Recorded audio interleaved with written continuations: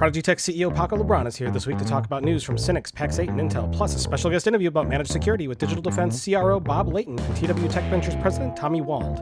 All that and tons more ahead. It's ChannelPro Weekly, episode 167, Crux of the Biscuit.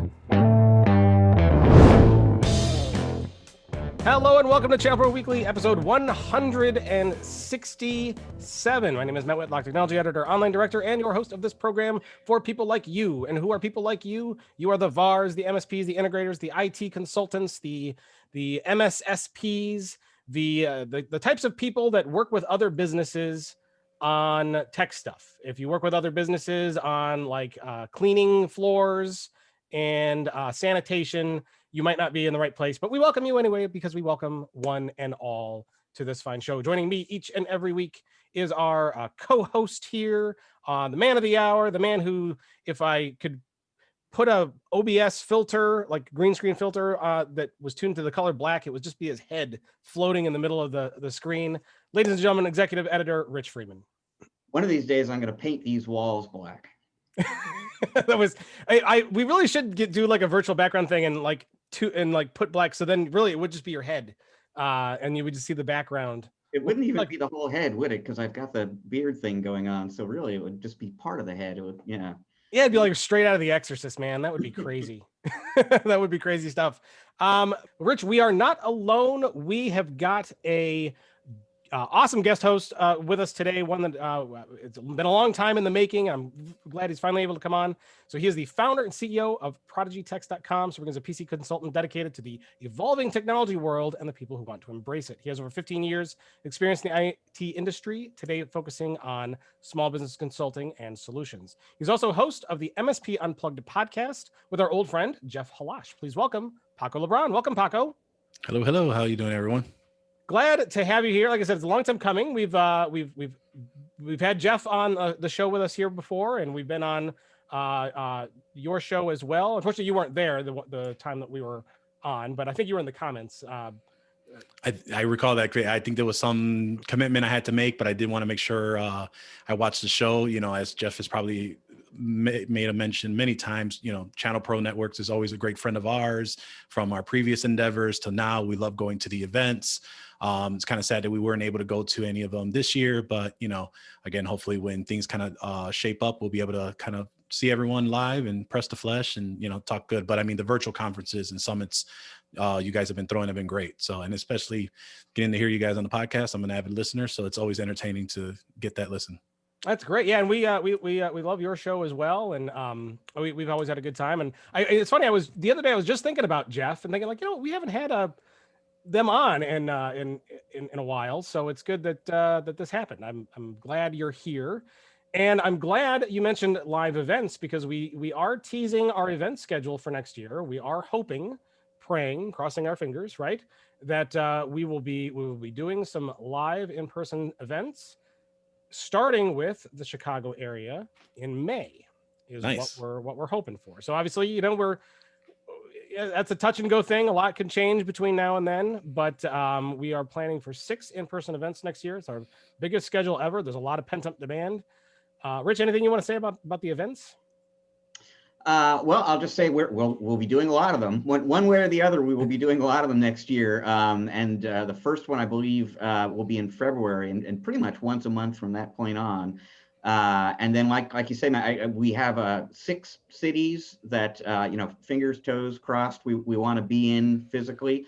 But even if we are there physically, it'll be a hybrid kind of model. So you'll also be able to attend virtually if you're interested in doing that. And if you know, especially earlier in the year, it's still not possible to get a bunch of people together in a hotel ballroom or whatever, then we'll still do the events, but it would just be 100% virtual that day. So events.channelpronetwork.com to just kind of see what's coming, keep up with the timing and format, etc.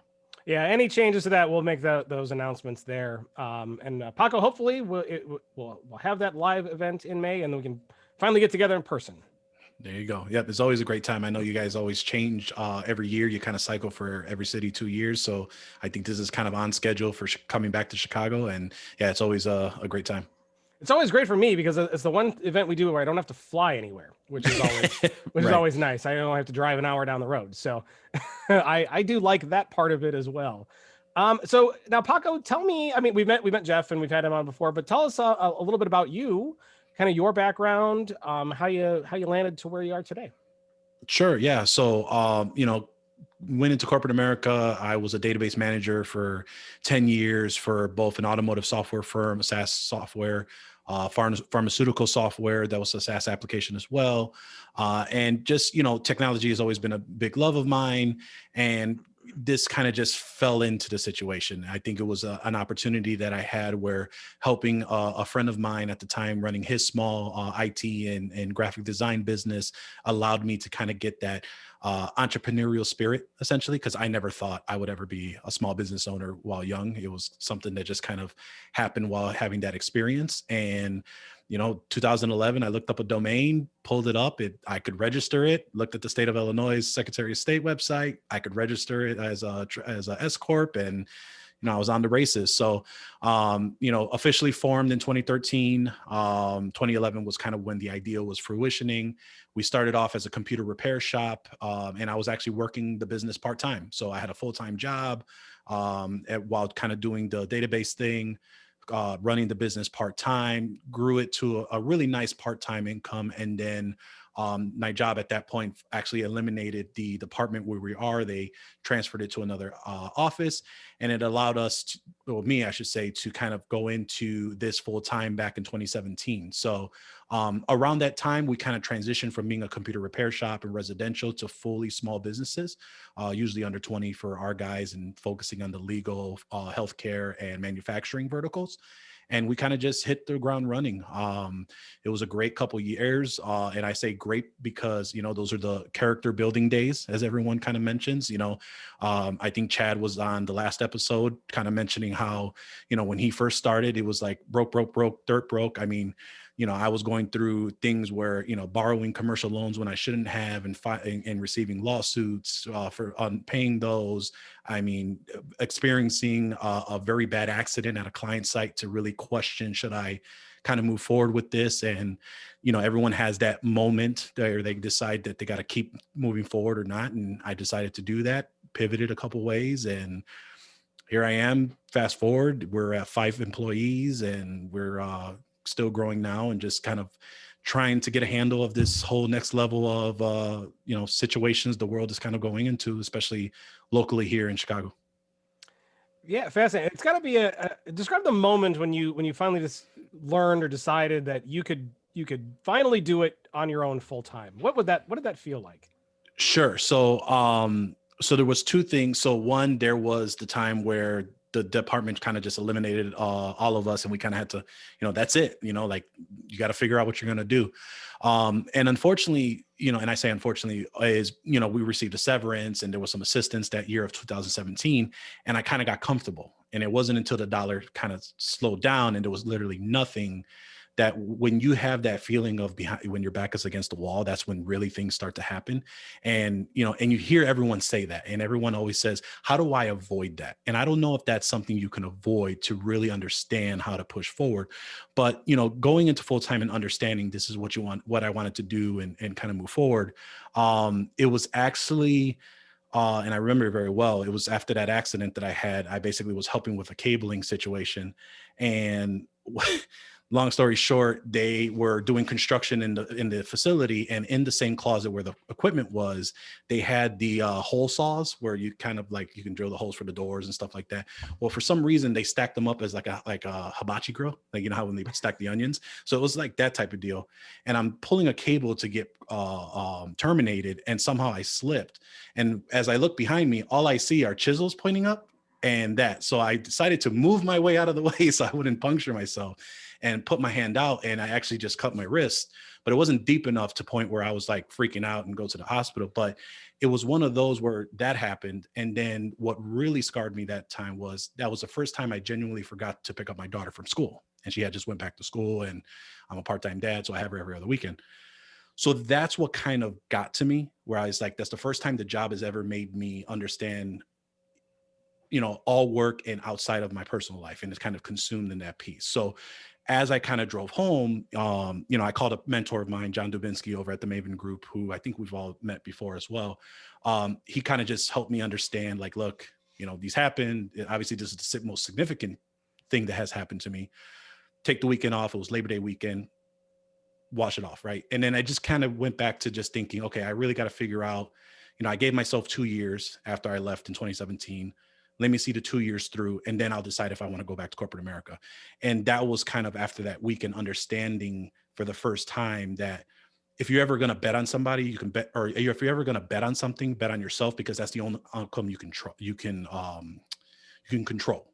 And so that moment was when I realized being a full-time business owner allowed me to, okay, I can control what do I need to do. So I made those pivots. So pricing changes, partnerships for allocating new services, and things of that nature help pivot and kind of grow us to a point where I didn't feel like that anymore. And it was actually in the groove of, hey, we're actually making some headway. Very, very cool.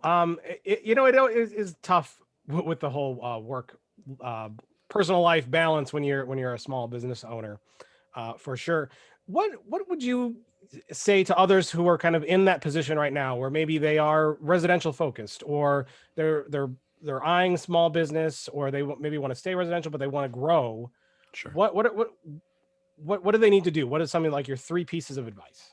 Sure. I think, everyone can say the high level, you got to keep at it. You got to have positive attitude and stuff, and I'm the very tangible guy. I like to give, tangible, actionable pieces for everyone. So the 3 things I would say for those that are, if you're a smaller guy and you're part-time and you're trying to grow to going full-time, you're going to have to make that jump, because either you're going to make part-time money and it's going to be great. And I think there's this illusion, no, I wouldn't say illusion. There's a rare case where you can make as much money part-time that you can full-time with your business if you're not spending the same amount of time on it, and depending on the schedules and the industry that you're at with. So you're going to have to make that jump eventually.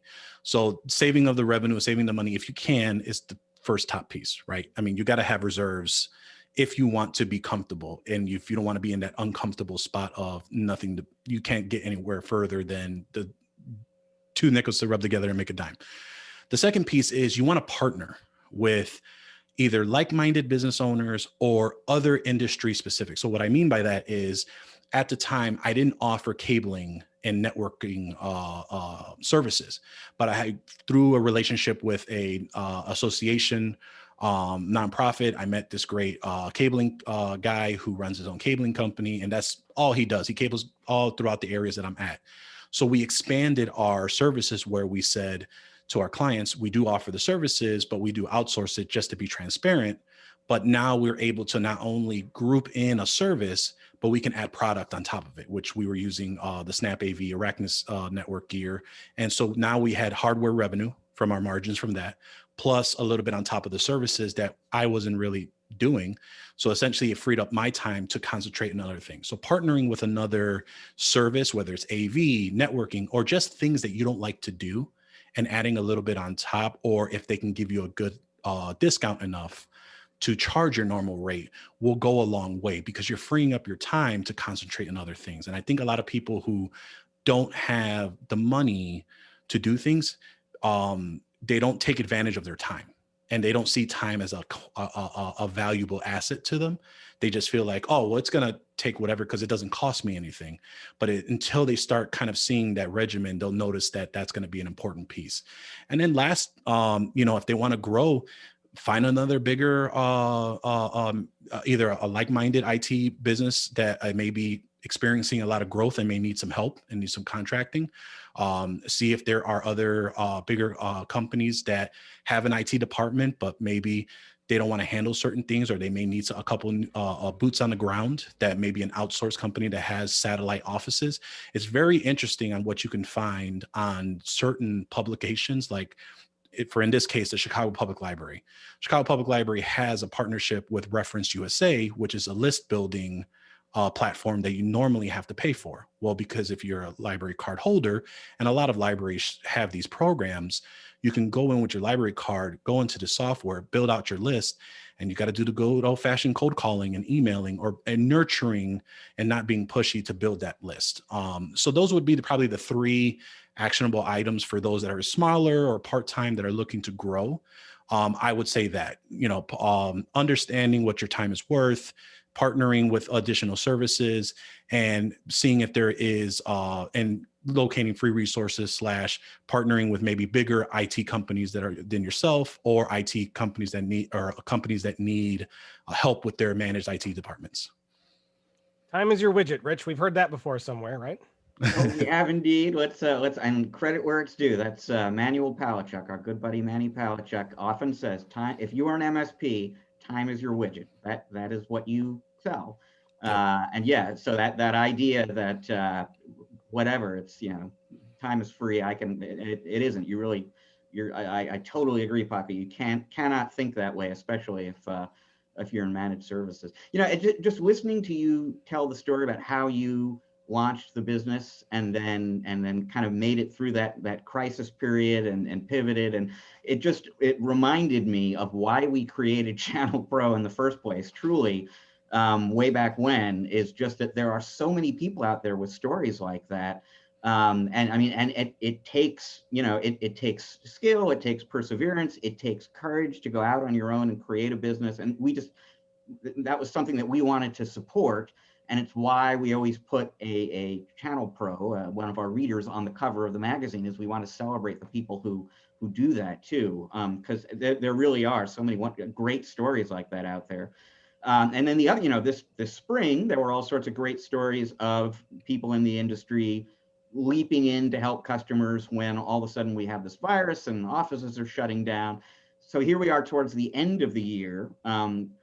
Here in Washington State, things are starting to clamp down a little bit. You're in Chicago, I know, same story within the last week or two. How do things feel now, as that starts to kind of happen again a little bit? How does it feel now? What's your experience now versus what it was the first time this happened back in the spring? Sure. I think two things. One, I think personally, I feel similar to how we felt in April with just the clamping down and the virus and everything else coming out. I feel that now I'm hearing more closer people in my circuits are now, either infected with the virus or possibly could be infected with the virus. And, as far as on a business realm, I think, again, feel the same way with everything clamping down, but I think we're a little bit more prepared this time around. I think we just didn't, and I think a lot of people have said this on the show previously when this question has been asked, that, back in April, we didn't know kind of how this was all going to shape out, right? And I think that, I think those that were really hurting were the break fix guys. I think that if they didn't have any recurring revenues kind of planned out, whether it was some type of cybersecurity plan that they were offering with their labor hours or things like that, they were kind of struggling a little bit in hardware and things like that. For those that had managed recurring revenue, the pivot to cloud services was a game changer, and especially leveraging our vendors. I mean, I think our vendors were the biggest partners, and a lot of outlets like ChannelPro, advising and bringing that information to us on, hey, this is what they're doing. Here's what we're trying to help out with. But I think this time around, we're a little bit more prepared because we had a feeling that something like this might happen, / for those that are in climate type areas, like in California for earthquakes or Florida for hurricane season. I think it was modifying some of those plans, not all the way, but modifying some of those because it may be more of a long situated stance for them, how they're supporting their people. So for us specifically, we actually just made the decision to no longer have on-sites during hours unless it's an emergency. And we will go on site after hours or on the weekends if no one's there, because we do have the keys, we do have the card access and things like that. And just, I don't want to risk it, whichever side you are on the topic, I, as a business owner, you have a responsibility for the health of your staff. So I just want to make sure that I wouldn't want them to do something that I'm not comfortable with doing. And that's just a philosophy in general for me, which is why we decided to do this. And especially we have an intern that's working with us. So we don't want to definitely put anybody in that type of position as well. So I would say we're a little bit more prepared around this time. And from a lot of the community that I've spoke with, feel the same way this time around. But, we'll kind of see what happens.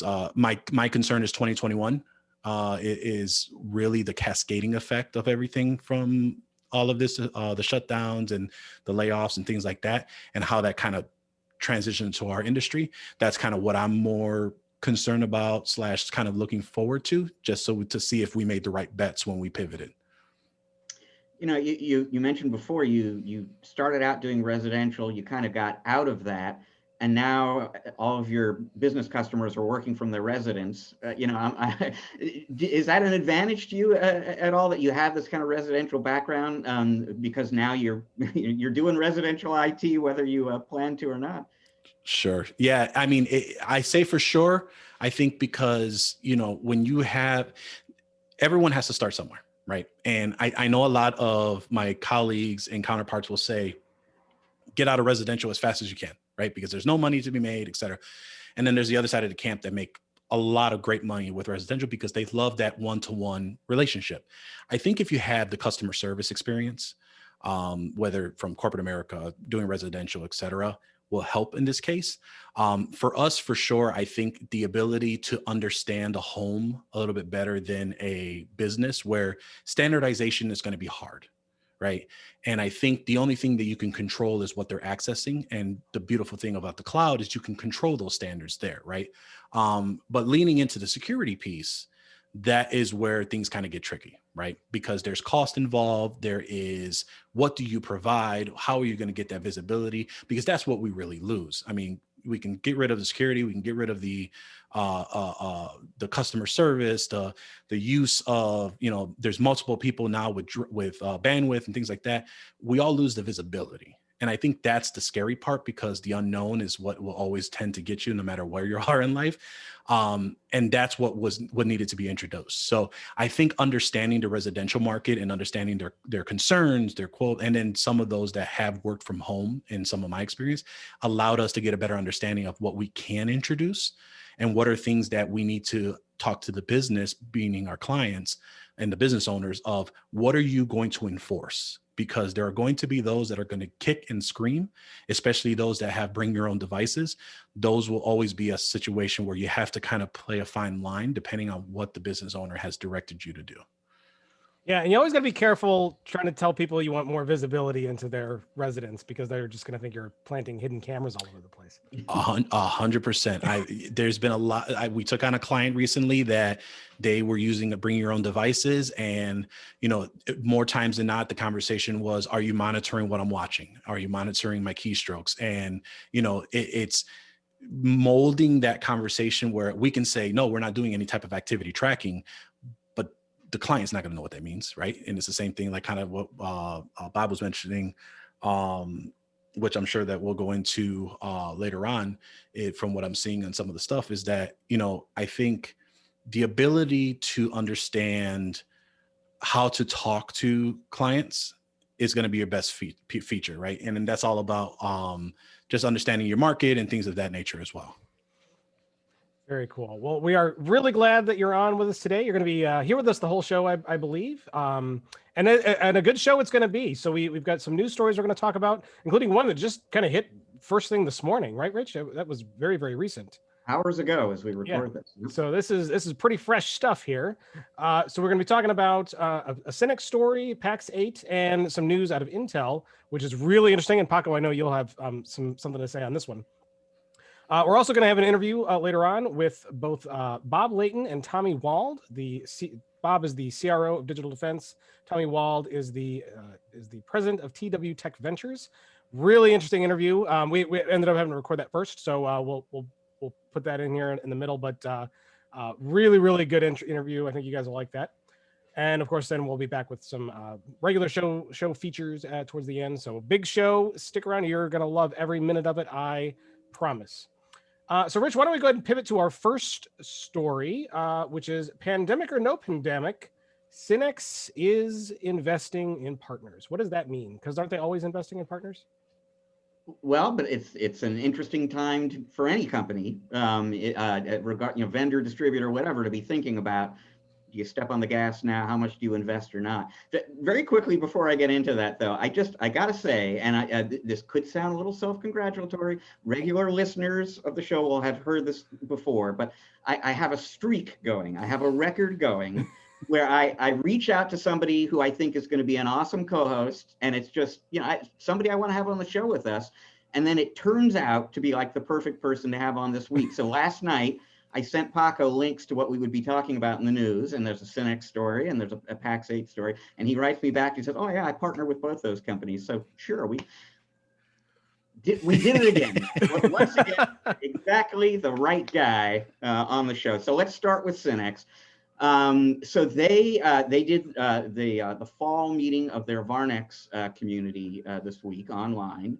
And that's mostly actually what I kind of want to drill into, because I think it's really interesting, is an announcement they made in relation to the Varnex community. But kind of quickly, just some other things of interest out of the conference.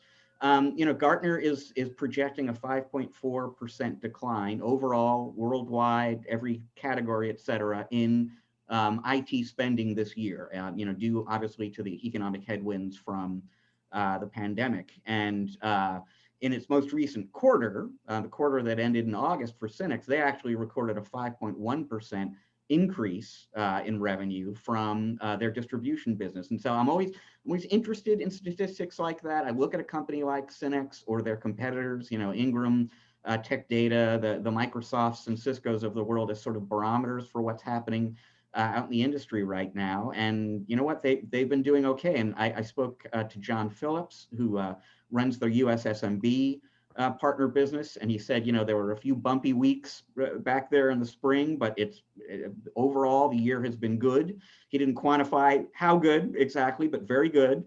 And in a lot of the predictable areas, cloud computing and security, and there was that giant rush of spending on laptops and webcams and headsets and so on. They've been making money. They've been revenue is up. They're profitable at Cinex, and so they have been investing in partners and investing in the business all along. They have not stopped that this year, despite the fact that a lot of people might have felt the temptation to be conservative. And so, just an example or two. They made a big point. There was a lot of talk during the Varnex conference this week about services and professional services, and they really sort of feel like there's an opportunity for them at Cinex to help their partners go to market a little bit more effectively by filling in some of the services gaps that some partners might have. And so they have a services team. A year ago, there were 70 people on that team. It's up to 120 now. They're pouring money into platforms. Their Renew Solve tool, which helps you kind of manage renewal dates. Their EC Express ordering tool. John Phillips, who I mentioned before, is hiring. And in fact, earlier this year, he introduced his very first 100% MSP focused account rep group. So he now has a team. Right now it's 7 people. He's hiring more. And the only kind of account that they talk to, only kind of partner they talk to is MSPs, and especially the kind of pure play, born in the cloud kind. So they're continuing to do the kind of things that they were doing before COVID-19 at Cinex. They haven't sort of let that interrupt the course they were on before, which is good. But the thing I kind of wanted, the thing that struck me as most interesting from the Varnex show is their announcement of what they're calling Varnex 2.0. And so Varnex is a partner community inside of Cinex, and all the big distributors have one or more communities like this, right? So at Ingram, it's SMB Alliance and TrustX, and at Tech Data, it's Tech Select. At Cinex, it's their Varnex community. And really, up until now, Varnex, like all these other communities, it's really just been, it served a number of different functions. So for the members, it's this great opportunity to meet peers and share information with peers. There are membership benefits in terms of discounts and extra margin on this or that. It's also an opportunity to kind of forge relationships with executives at a distributor that you've gone deep with. For the distributors, it's great because you get these really smart, engaged partners, and you can kind of float ideas with them, collect feedback from them. So this is, traditionally how these communities have kind of functioned. And I'm sure all of that will continue to be true with Varnex, but Cinex is really kind of turning Varnex into a revenue producing machine, for the members and for themselves. So, they have noted that over the course of the last few years, Varnex members have become more specialized over time. The industry is more complicated, more things to know. And so, this partner over here has gotten really good at collaboration software, and this company over there is now like the wireless infrastructure expert. And then they've also, over the course of the last few years at Cinex, been building up what they call the solves. These solution-oriented groups, Collab Solve, Visual Solve, which does audio-visual stuff. They have these groups that bring partners and vendors together and product offerings and kind of help everybody go to market with complete solutions instead of products. And so what they're doing with Varnex basically is bringing the solves together with the members, and then bringing the members together to go after very specific targeted opportunities. So they will be getting leads at Cinex for customers who have a need. They will identify Varnex members with complementary skills who can meet that need. They'll bring in a solution offering from one of the solves, and then the whole group will just go out together and pitch the solution to the customer. So they are turning Varnex into, instead of just being, not that this is without value, but instead of just being a community for peer-to-peer advice sharing and some of the other things I was talking about, this is now actually a go-to-market resource for the members, and a way for Cinex and the Varnex members to make more money. There may be other examples of things like that that are happening in the industry that I don't know of, but this was new to me. The one that comes to mind, it's not all that dissimilar from what Intel's trying to do with kind of their partner marketplace, because they're really pushing to bring partners together and go to market with, solutions that all these partners have. You see some synergies there? Yeah, well, it's a very similar model, and I'll say, I mean, from that perspective, all the distributors, are like Tech Data, for example, no longer really wants me to refer to them as a distributor. They call themselves a solutions aggregator now, because from their point of view, what they do is bring partners and vendors together, the unique combination required for this opportunity, and they sort of aggregate that solution together. So there's a lot of that going on in the industry. I just can't think of a case where one of these companies has taken what was kind of a peer-to-peer partner community and then turned it into a solutions aggregation kind of opportunity. Yeah, that I can't think of either. Now, Paco, you're a Cinex partner. So are you part of this solve thing? And what do you see here? Yep. So we're not involved in Varnex, but Cinex has been a great partner over the last several years, especially for our distribution needs, especially when the shelter in place stuff started happening. They really stepped up. We're a Lenovo reseller as well. So the combination of the two, them working together, and just our Cinex rep has been really stepped up on getting involved and helping us fulfill a lot of these fulfillment of equipment and things of that nature. So that's been great. As far as the solves, yes, so our rep has made us aware of the solves. And basically, as you mentioned, there's demand solve, renewal solves, and things of that nature. So those have been really informative, because especially like renew solve, that's the warranty situation, where if you purchase the device and you purchase the warranties through them, it gives you that heads up on, hey, they're coming up, this is a great opportunity for you, and here's the value, right? And leveraging a lot of that has assisted us for quite a bit.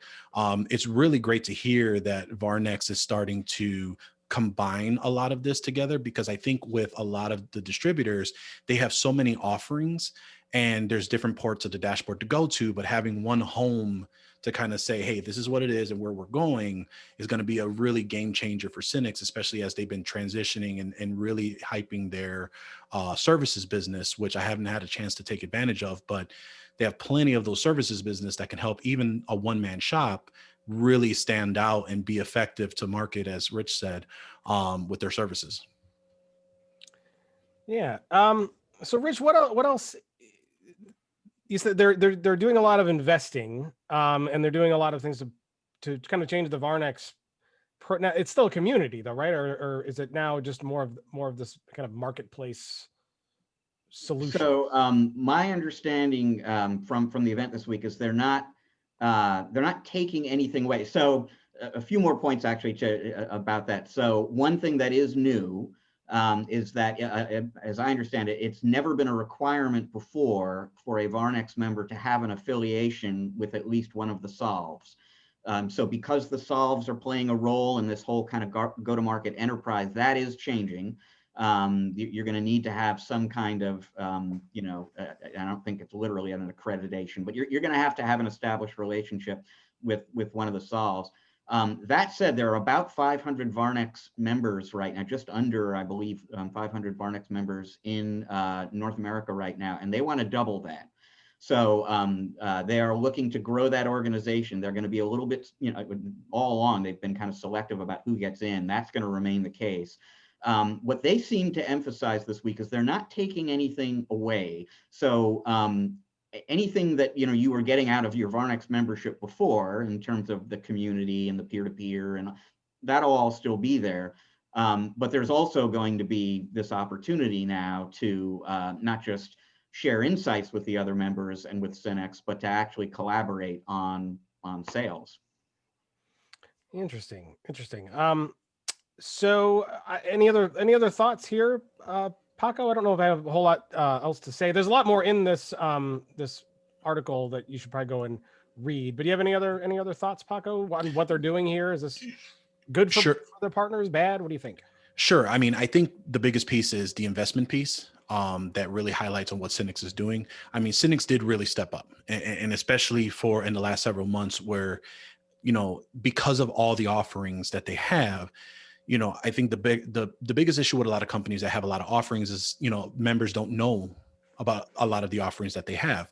So in this case, our rep did make us aware of a lot of these things, from full paid marketing campaigns and companies that they've got together to help us with our reach, down to specific rebates and things of that nature that we could take advantage of while placing orders or trying to figure out what is our best way of getting solutions to our clients, but also helping us with our revenue base. So the investment, emphasizing on what the article is saying, it definitely was there. And I'm not surprised that they've seen that increase because, of all my partners, that I can mention, they were one of the few that really stepped up during this time and really made sure that they made their partners feel that they were being thought of and that they're, sticking with them to the end for it as well. So, and again, that's the business model, right? Like if we fail, they fail at the same time. So even more for them to focus and make that investment really makes an impact for a lot of us who are partners. And, it increases that stickiness of loyalty as we continue to move forward. And I'll just jump in with one last thought before we move on there, because yesterday, as we record this, literally yesterday was SYNNEX's 40th anniversary. And so when I was interviewing their executives this week for what turned out to be this article we've been talking about, I asked the question that I think I asked on the last episode of the podcast when we were talking to Chad, who's been around for 20 years or whatever. Anytime somebody makes it, 20 years, 40 years, I'm always curious, what do you think accounts for that? And the number one answer that I got back from SYNNEX was culture. We're a much, much bigger company now than we were 40 years ago, but we kind of try to run it like more of a small company, meaning stay nimble, move fast, and emphasize personal relationships and outreach to the partners. So it's just interesting hearing you talk about your experience with your rep and kind of feeling that concern and that contact and so on from them earlier in the year, because that dovetails with what they say is the thing that has helped them stay relevant for 4 decades. Rich, I wonder if part of that culture that's made success is their dress code, because I think this is their dress code now, right? Where you got the shorts and the sneakers at the bottom and the sport coat at the top. I only see the executives I interview from desk level up, so I have no idea if that's the dress code there or not. It's the new normal. The new look, yeah, the new look. I found that rather humorous. Business on the top, party on the bottom, right? Ready to go. All right. Let's move on to our next story. So we'll put a link to this one, by the way, folks, for who are those who are listening. If you're listening, we have the show sheet at channelpronetwork.com for episode 167. We have links to all the stories that we're talking about, so you can go through and you can get all the extra information that's in them, because we're just kind of scratching the surface or kind of sharing our thoughts. But go and definitely read everything that's in there. If you're watching on YouTube, open the description area. Same thing for you. All of the links are conveniently placed for you right there. So click on those and check out the stories on the site. Our next story is about PAX 8, and they've introduced, and we're seeing a lot of these now, Rich. I think this is the third or fourth show in a row we've talked about cloud management, but now they have their own cloud management solution. Tell us about that. Yeah, you're right. There's just a ton of this going on in the industry right now. All this focus just within the last few months on cloud management, and we know why that is. I mean, more and more the SMBs, our readers, are supporting.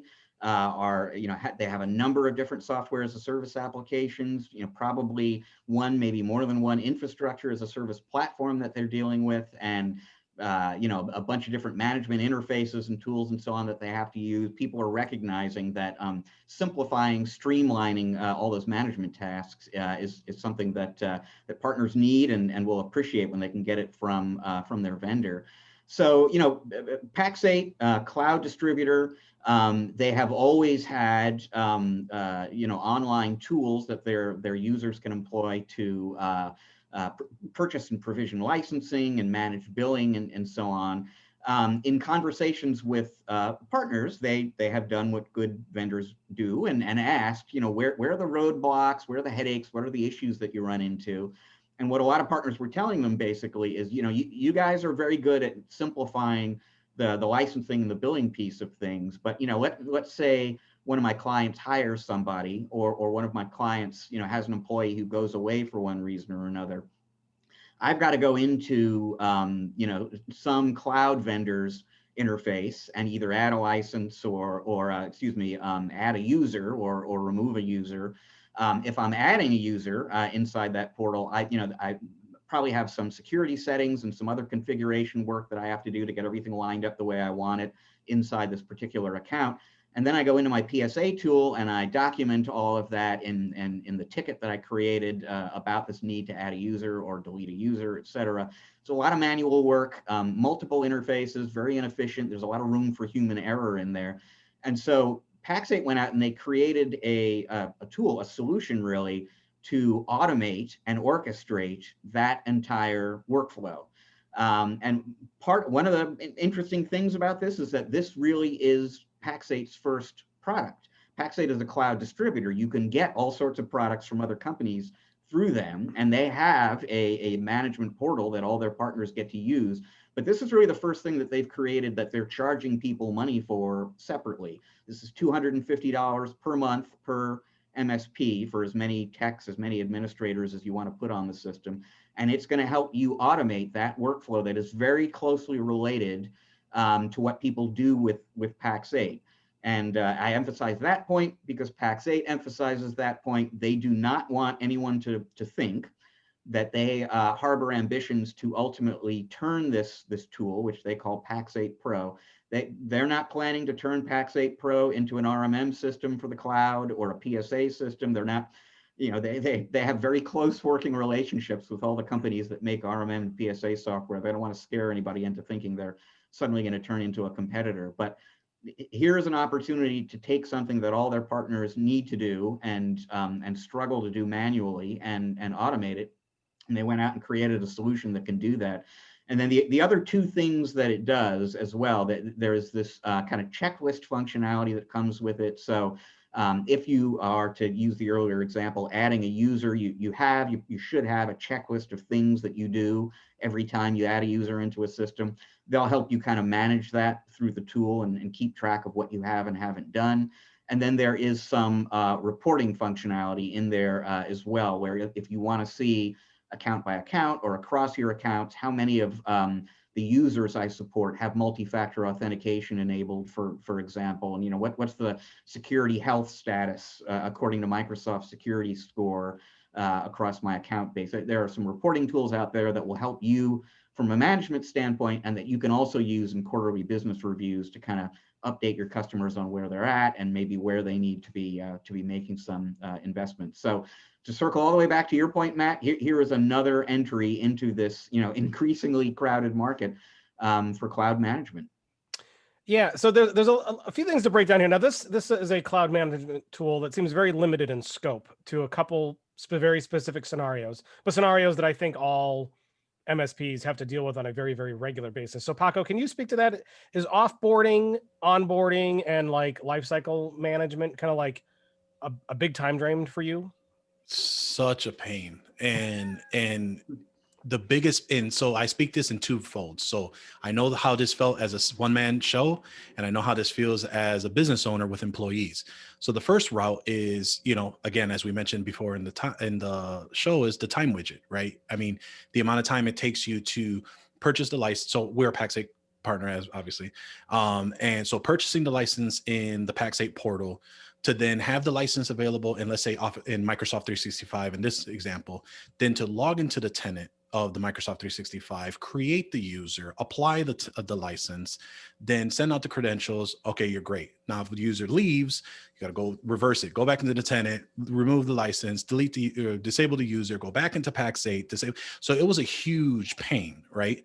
Now, with an employee trying to train someone, and a big thing like Rich had mentioned is the human error, where, my office manager, had to be trained on going into incognito mode, because since we manage so many partner portals over and over again, she didn't realize being logged into our partner portal would error when trying to access the same portal to give delegate access for a new client and things like that. So it's these little gotchas where, she reports an error. Now I have to take out the time, go do a screen share, figure out what's going on. So I've been super excited because they've been hinting at this for quite some time. And the cost is not, what's the word I'm looking for? I expected as much, right? Because of the way that this thing was going to do. But the really big, cool piece about this is they're really emphasizing that this is not just going to be a Microsoft 365 thing, where like a lot of other cloud distributors that may deal in the Microsoft 365 portal and have something like this at no charge. They're trying to do this with almost all, if not a majority of all the cloud vendors that they work with. So a running rule for us that we've standardized in is, if it can't be purchased in Pax8, and if it doesn't sync into our Synchro PSA RMM, we don't want to do business with it. Not to say that it's not a great product, it's just the ease of use. And having this available now and syncing into the ability to integrate to the PSA, which we haven't looked into that piece yet because they just announced it yesterday. So if it does that customer onboarding checklist and helping us build that out, it'll help standardize for my team as well. And for just my level 1 tech to just check a couple boxes, make sure they're all set, and having that one portal is going to make things a lot easier for us just on a time save capacity. Yeah, well, and if time is your widget, if it saves all of your employees 10 minutes per ticket, yep, I think that easily justifies the relatively low $250. Exactly. Right, and that value scales with the number of employees you have using it. 100%. Yep. Yeah. Okay. Interesting stuff. So, Rich, do they hint that there's any ambition? Maybe not to make a whole RMM. It doesn't sound like that's what they want to do. But where does this tool grow, or does this tool stay kind of very hyper specific to these kind of core management tasks? Well, there could be some other management tasks that come down the road. There's nothing in particular that they kind of point to right now, but they are in the habit of talking to their partners. Where are the roadblocks that keep you from doing more business, with us and for your customers? So I can certainly imagine them identifying more workflows that are related to how people work with Pax8 that they can help automate. In terms of where it goes, though, I mean, Paco nailed it. I mean, right now they have very deep, API level integration with Microsoft's back end to enable some of this automation orchestration work that they're doing. And they wouldn't name names with me when I was interviewing about this, but I mean, they are actively in discussions with other big cloud operators out there so that they can do with more and more of the companies that cloud resellers do business with in the same way that they're supporting the Microsoft product set right now. So, and I'm not sure about timing and so, but that's, I think, the main way in the short to medium term that you'll see the product grow is they'll start adding more of these, you know, deeper API kind of integrations with big cloud platforms. And quickly, just before I forget, Paco, right now, so the product launched officially yesterday. Out of the gate, it integrates with ConnectWise Manage and Datto's Autotask PSA, but they specifically said that very soon it'll integrate as well with Kaseya BMS, Synchro, which is what you're using, and TigerPaw, and I think there was even one other that I may be missing the name of. So they're adding more PSAs in short order, but as of right this minute, they haven't quite gotten to Synchro yet. And that's good to know. You saved me a little bit of time there, but I was going to go back to what Matt was saying specifically is, you know, Rich hit it right on the head where that's their stance now, but never underestimate the value of community feedback, because I know a lot of SaaS products in many years before where they said, we're doing X and the demand was so big that it ended up evolving into something else, an RMM or whatever the case may be. So I'm sure that's where their stance is. But I think if enough community feedback were to come back in and help eliminate, and maybe who knows, it may end up being that cloud management solution everyone is chasing at this moment, because I know I'm one, especially after hearing some of the episodes recently with a lot of the guests, is it's really starting to become a big piece now. And as we start to figure out cloud first, how do we manage and secure that? And that's going to be a big player. And I wouldn't be surprised if PAX 8, you know, tried to jump on that train with community feedback. They might. And let's also not forget that the fact that once you have people giving you $250, you want people to give you more money on a regular basis. And that means expanding scope and finding other ways to have people give you money. So I think that's a variable here too.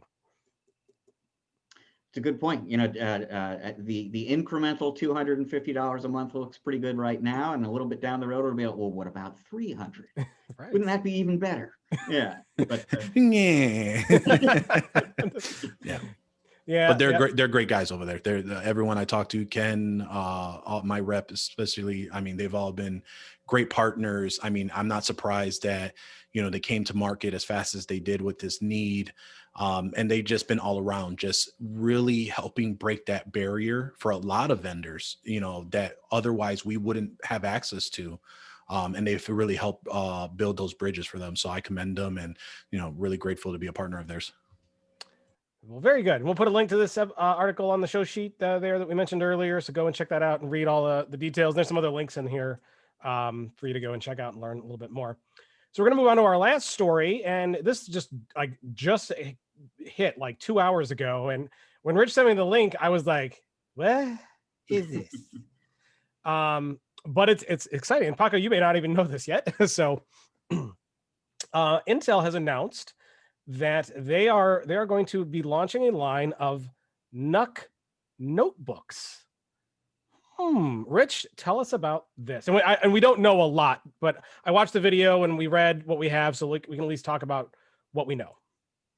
So, and you know, you're absolutely right. Just a few hours ago, I got an email from Intel about this. I almost immediately sent it along to you because I knew you would be very interested in it, and I was very interested to get your kind of hot take on it. We are familiar with the NUC or NUC, excuse me, the NUC line, which has been out there for a long time. You know, you say Intel NUC to me, and I immediately think of a little box that you know, has it's a mini PC, and you can plug it into a keyboard and a display or all sorts of other, and you know, the range of ways that people have found to use the NUC through the years has been a really fascinating thing to watch.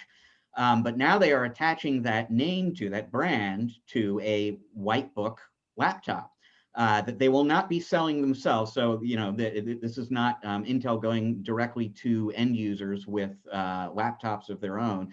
This is just like the NUC itself. This is a platform that they have created and that their partners can customize, brand, et cetera, and bring out to their customers. We don't know a ton about it right now. It's going to be it's going to have 11th gen Intel Core processors in it. I believe it's going to have a 16-inch display. They're saying the weight will be under 3.75 pounds, which is not exactly svelte, but not terrible either. It's a pretty good looking box from the pictures that we're talking about. But it's just an interesting thing, a PC form factor for the partner community from Intel with the NUC brand on it. Brand new thing. Just curious what both of you guys think about it. So Paco, let's. I just shot you a link to it, and for those who are watching on YouTube, I'll put a graphic up so you can see what it looks like. I want to get your take first. What do you think? I'm a big fan of the NUC line. I think that it has helped in a lot of white label stuff where, putting in certain ideas for like recordings or just standalone monitors. I mean, like you said, it is versatile for a lot of that custom desktop that they had provided in such a small form factor. It's interesting on what they're going to do with the NUC line for the laptops. So I'm curious on this white book on what their plans are for how they're planning to release it. So from my understanding, essentially it's going to be a white labeled situation that they're going to be providing to partners. Now, is this going to be to OEM manufacturers, or they're working with Intel partners in their partner program for managed services to help with that? My understanding is certainly if you are one of their system builder partners, that this would be something that you could resell. Interesting. In the same way that you would, order a NUC and do something with it and sell it to your customers. It's the same deal, but this time it's with a notebook. Gotcha. Yeah, I mean, I think it's interesting because there's a lot of diehards, and I kind of grew out of this, but I know there's a lot of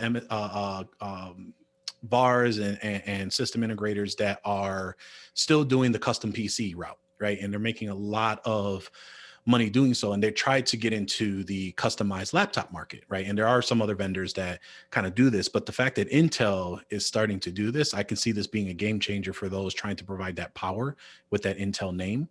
It's interesting. I'd be curious on what else other information they come out with it as I'm reading through and looking at the pictures. I mean, it's not a bad looking system for if it's going to be, curious on what other system integrators are going to do with it.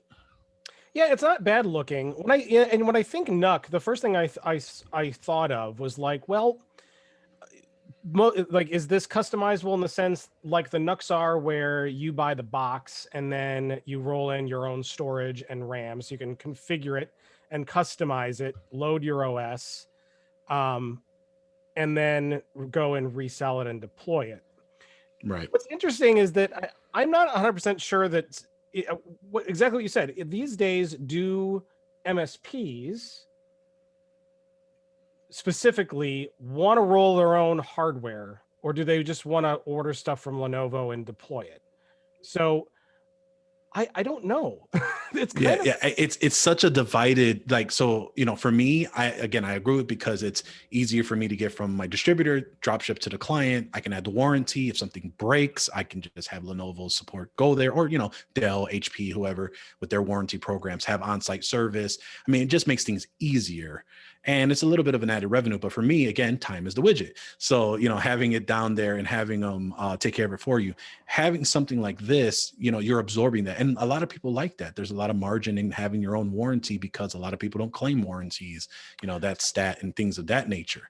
Let me interrupt there. I can speak. Intel does say that they're going to warranty it for 2 years behind you. So okay. I don't know how the claims work for that. Sure. The servicing model work. I assume you service it, but they will handle hardware claims or something. Gotcha. Folks, we just learned about this like 2 hours ago, so we don't know a whole lot yet. I'll speak to the hardware a little bit. So it's a 15.6-inch display, Rich. It's they didn't say what resolution or if it's going to be customizable. There's 2 different colors. There's like a gray and like a black that looks nice. It looks thin. It's got a decent sized battery in it. It's 11th gen Tiger Lake Intel Core mobile processor. They're building in their Iris Xe graphics into it, um, which this will actually, once it hits, this will be one ultra portable with actually fairly decent graphics chops. For what it is, there's a big trackpad, USB-C. It doesn't say it supports Thunderbolt, but I'm pretty sure that's core in the 11th gen mobile, so I'm sure it does. But yeah, it doesn't say that it comes with RAM or storage. I assume you do that yourself, which does give margin opportunities, because that's where a lot of the OEMs really start to make their money, is when you start upgrading RAM and storage. You know, you can go and you can buy 16 gigs of RAM for 100, or actually for like $70, where, you know, if you want to upgrade from 8 to 16 in an OEM offering, they're charging you $250 for that. So there is some margin here. Do you think that this would be more attractive, Paco, to an MSP that's trying to do kind of hardware as a service, because they can have their own hardware? Yeah, I mean, I think device as a service is definitely something that is an attractive offer, especially with one that has asset life cycles, you know, and that's been talked about a lot lately too, where they're just essentially renting, quote unquote, or leasing the equipment, and then you don't have to worry about you know, certain types of, you know, failures and things of that nature, because they're always constantly cycling if the program continues, right? It's definitely an opportunity for those for design devices as a service, because you can control that, and it can maybe introduce a new set of margin, especially with those that are becoming remote. And maybe that's why Intel is making that pivot to laptops, because everyone's going to be home and need something portable now. It's an opportunity for some margin for devices as a service, for managed service providers, and even just, you know, repair shops that, you know, because everyone's residential and they're home, they can't, you know, their IT guy may not be making home visits, and they got to go to the nearby repair shop. You know, it's an easy upsell for them too, to help them with that situation, if the MSP or that managed service provider may not be providing them equipment at this time. Yeah, I mean, a lot of MSPs have kind of gotten out of hardware completely too. So, Yeah. you know, it's interesting. For me, this is going to come down to a couple of things. One, this is probably the most attractive, or one of the most attractive white label notebooks I've seen. It's certainly one of the thinnest. So I think they've got that going for them. If as long as you can roll your own RAM and storage, hell, I want one. This is the way I want to order a notebook. I want to go buy my parts myself and put them in. But you've right. We've seen white label notebooks in the past. I can't say it's a gangbusters business, Right. for anybody. So do you think this is going to be the catalyst that changes everyone's minds?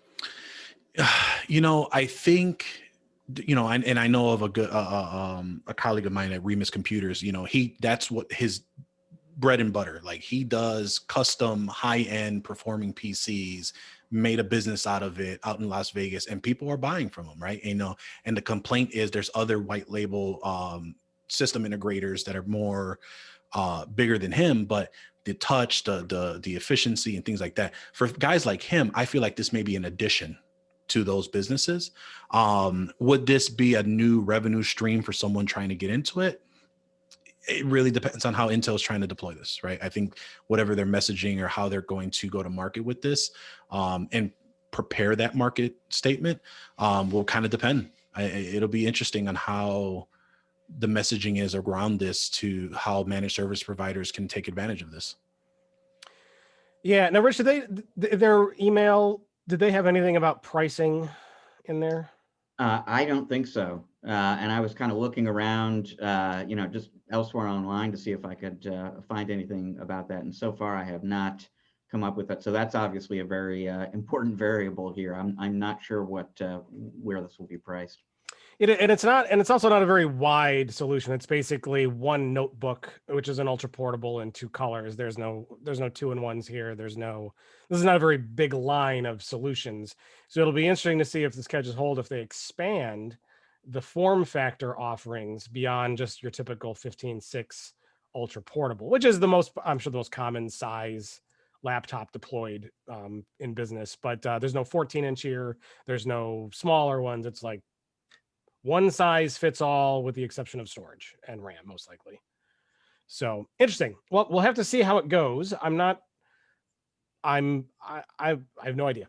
I have no idea how this is going to go, but I wish them luck. I mean, I love the Nux. We've been covering the Nux, gosh, Rich, since they kind of first came out.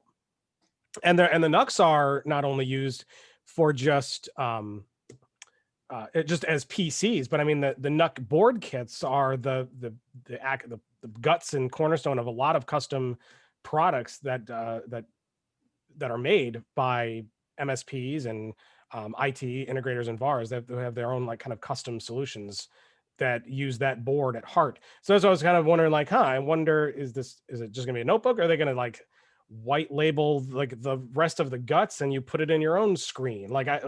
I'm curious to see where this is gonna go.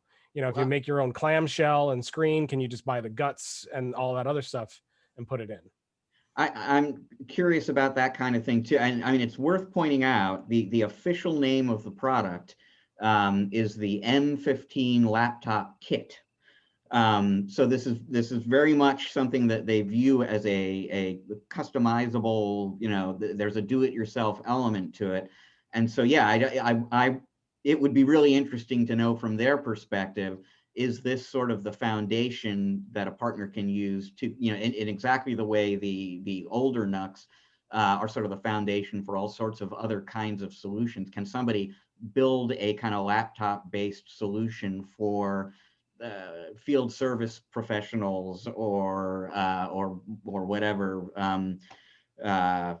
you know, people in the oil industry? I mean, is the idea that you can tinker with this along the lines of what you were talking about and turn it into something beyond it, what you get out of the box, or is this really a white label laptop opportunity for anyone who wants to offer that as a service or otherwise to their customers? It could be, and I think Paco hit it right on the head. Might be a response, or they're taking advantage of the work from home opportunity, because there are a lot of businesses right now that really are trying. They still have employees at home on personal stuff, and they need to deploy more computers.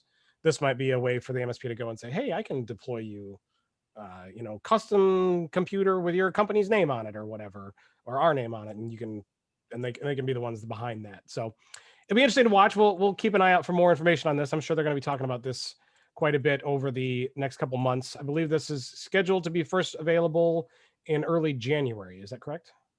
I don't know. I'm looking at the announcement here. Did they say that? I believe the video said that. There was a video on the webpage. I believe it's sometime in early January, January 1st or 2nd or something like that. Was when it'll be first available. So be interesting to see what they look like. Maybe we can get our hands on a review unit. Who knows? We still do some reviews from time to time. So that'll be something we should take a look at if we can. All right, we are going to take a break here, and when we come back, we are going to have a great interview with Bob Layton and Tommy Wald. Bob is the CRO, Chief Revenue Officer of Digital Defense. Tommy Wald is the President of TWTech Ventures. Great interview. We're going to talk about, Rich, we want to kind of summarize what the interview is about? 2 words: managed security. A lot of managed security talk and some interesting talks about food. So you'll definitely want to to stick around and check that out. Great interview, and we'll be back on the other side with Paco Lebron.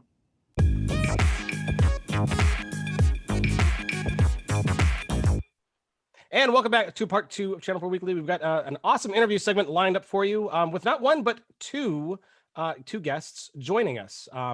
For over 2 decades, he's played a key role in transforming organizations' approaches to enterprise and sales and business development. Today, he serves as Chief Revenue Officer at Digital Defense. Please welcome Bob Layton. Welcome, Bob. Hello, thanks for having me. Glad to have you here. We also have joining us is the president of TWTech Ventures and founder of the MSP CEO. He focuses on helping MSP owners, technology vendors, and distributors collaborate in their channel development efforts. A big hello to Tommy Wald. Welcome, Tommy. Hi, Matt. Glad to be here. I'm glad to have you both on. I want to take a few minutes to at least let you introduce yourselves and tell us a little bit about you. So, Bob, let's start with you. Why don't you tell us about a little bit more about you and Digital Defense and your background and what you like to do for fun and all that kind of stuff. Well, great. So thanks for having me on again. So I am the CRO for Digital Defense, and I'm leading really a transformation that's at the center of this disruption that's impacting everybody's business if you're a managed service provider. and that is, how do I profitably expand my portfolio offerings and actually give some sort of differentiated service out to all of my clients.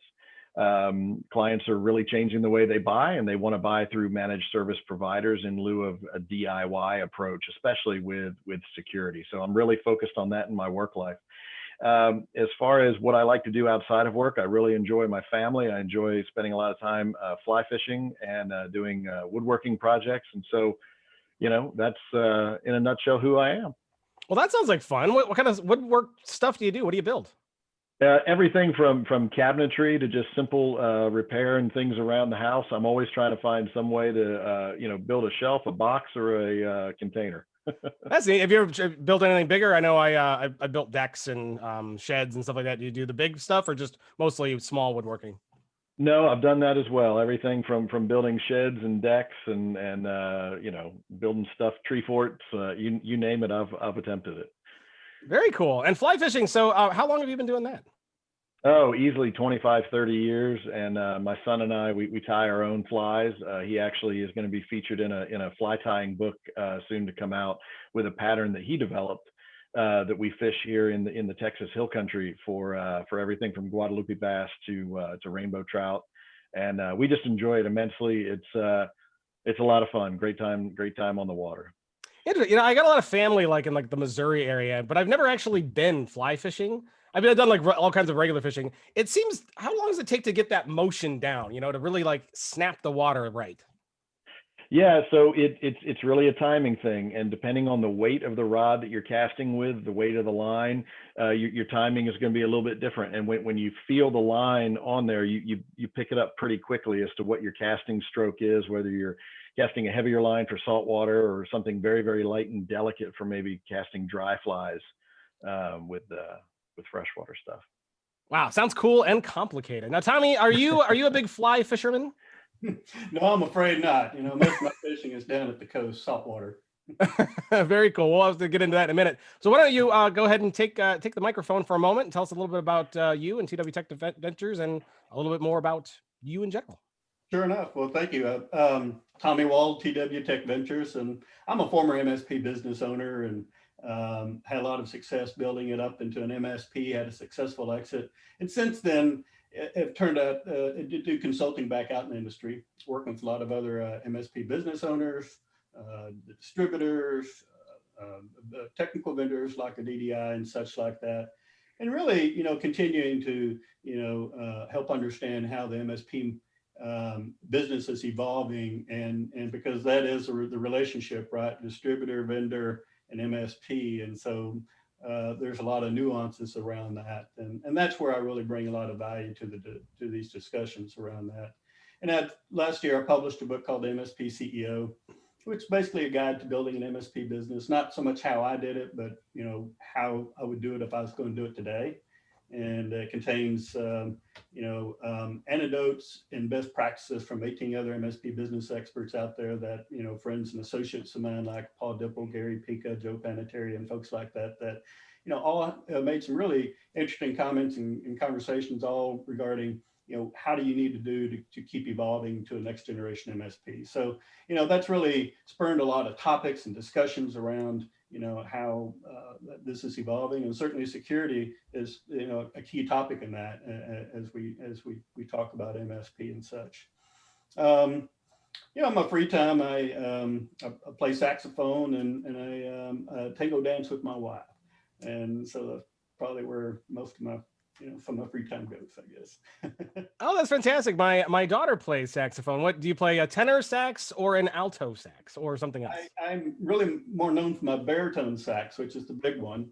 And I also do tenor sax, but there's just a lot of tenor saxophone players around town. And so in the band and all, typically when I'm out playing, I'll bring out the baritone because it just allows me to funk it up a little bit more. Very cool. So tell me a little bit, you mentioned that about this book, and I wanted to make a comment and say that it would be really funny to see what it would like if we would write a book, because you said you wrote it how you would do an MSP startup now. It would be really funny if we wrote it like how you would do it 20 years ago, because we were talking about fax machines, like we'd have to invest heavily in fax machines.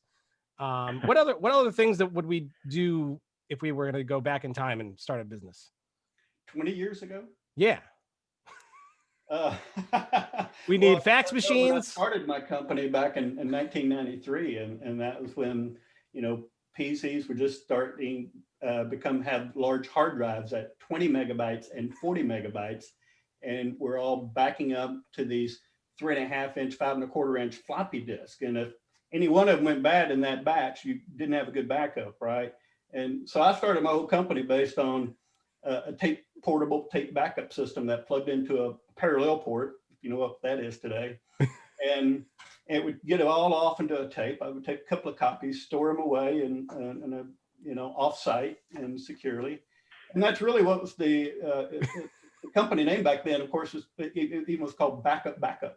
And so that's really what was the catalyst for me starting my business back in the day. And that's approximately 20 years ago. And so, you know, when you look at the things back 20 years ago, what were the issues? What were the challenges? You know, we had PCs with 64K RAM. You know, we had, just a 1200K baud modem. You know, all these things that we thought were just huge improvements over what we were doing, of course, right? So, you know, I think as before we started this, we were having this conversation about, you know, every bit of technology you come across, you look at it and you adopt it and you get used to it and you say, God, how did we ever live without this to begin with? And, you know, you just, you know, wonder what the next thing is, right? You know, autonomous cars, you know, self-driving cars, you know. Boy. We need more dot matrix printers in this world. You know, what's kind of funny about that though is that they still sell an enormous amount of dot matrix printers, even today. I get a lot of junk mail still. Yeah, it's just probably in the dealerships too. For sure. So, Rich, I know you're dying over to ask a couple questions. Why don't I turn it over to you? Well, yeah. So, Bob, we are really grateful you were available to come on the show with us today, because you work as a security vendor. You focus on MSPs, and as I often say these days, anyone who's at that intersection, you know, between MSPs and security, that's a good place to be in the industry right now. So I just kind of love to talk about managed security a little bit with you on the show here this week. And so just to set things up, because definitions of managed security vary. So just to make sure everybody is on the same page, how would you define managed security? It's a great question, right? And so internally, we just use the acronym MSP. And when we use that, we're being all inclusive. We're talking about MDR providers, MSSPs, and managed service providers. Now, what Tommy and I are constantly talking about is the operational maturity level that goes across those three, and they are all each different. But we are a very foundational security offering that informs an overall program. And so standalone, we're not a security solution, we're a piece of a security program. And so when we appeal to these managed providers, what we give them is rapid monetization, the ability to white label and tuck something into their operations runbook, and then proof of value reporting back to their clients on a weekly, monthly, quarterly basis, whatever intervals they want to run their security program. So there is a lot of demand already. The demand is increasing for managed security out there right now. As I understand it, you see the market dynamics shifting a little bit in the managed security world these days. Talk a little bit about that. How do you see managed security maybe evolving these days?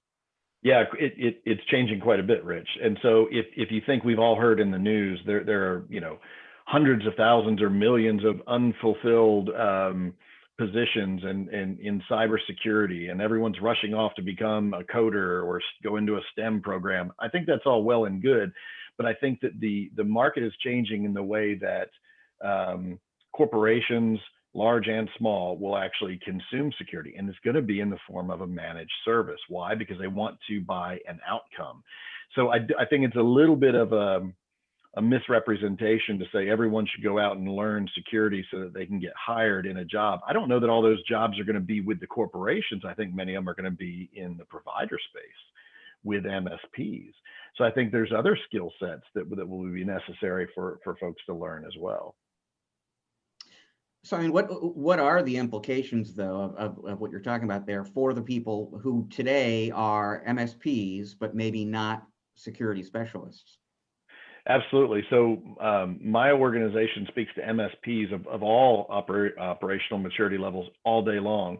And what we're looking for is ways to improve where they are right now, right?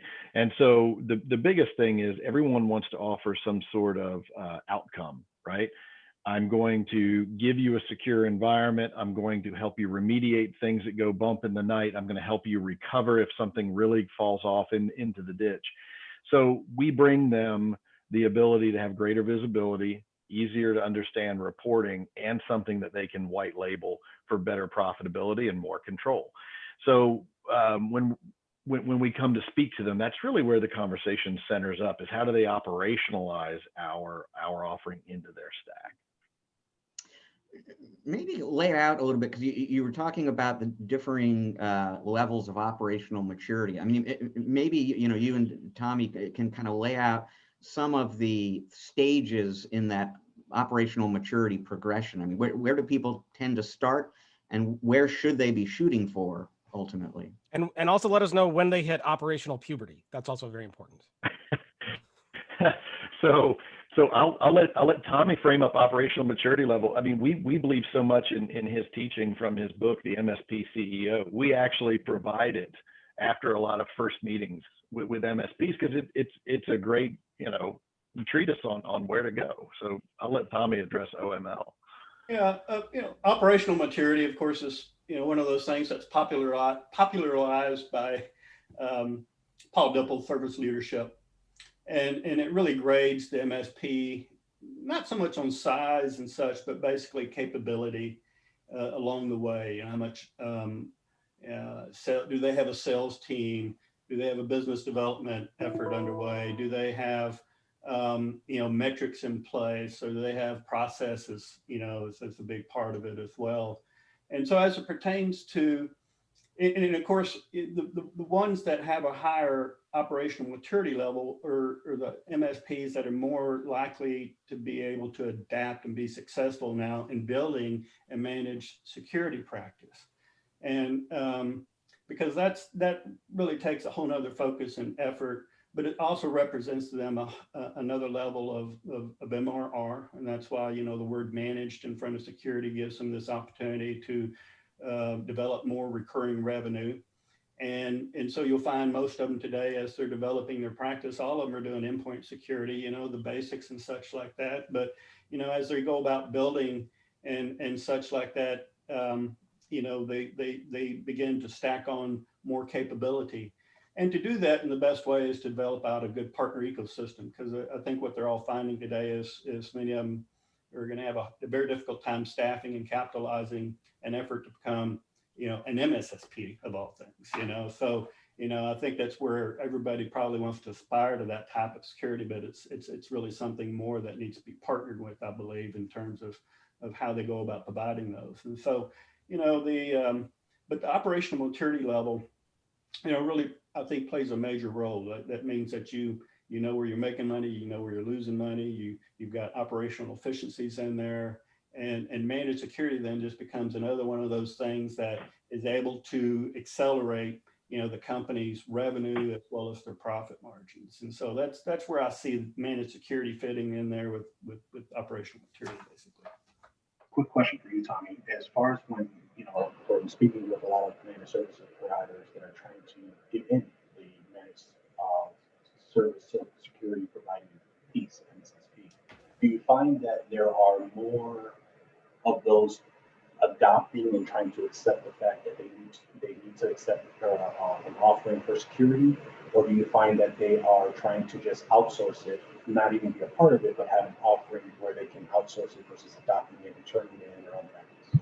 Yeah, if I understood you correctly, because I was getting breaking up on your voice, but I think for the most part, you see a combination of them. And so certainly those larger MSPs with a higher operational maturity level are going to try to do their own flavor of it and bring it in-house to the best they can. It's because they have, the profits and the capability to staff those positions, to bring in the security experts and do more of the things for themselves that typically some of the smaller guys would need to find a partner with.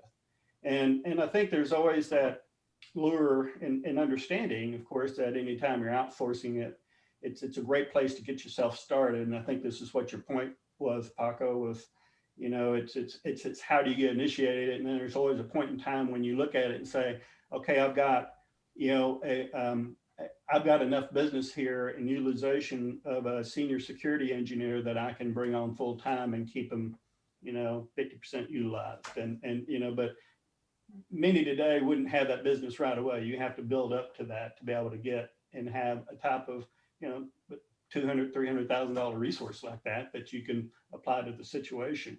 And that's really kind of where we're at in security, right?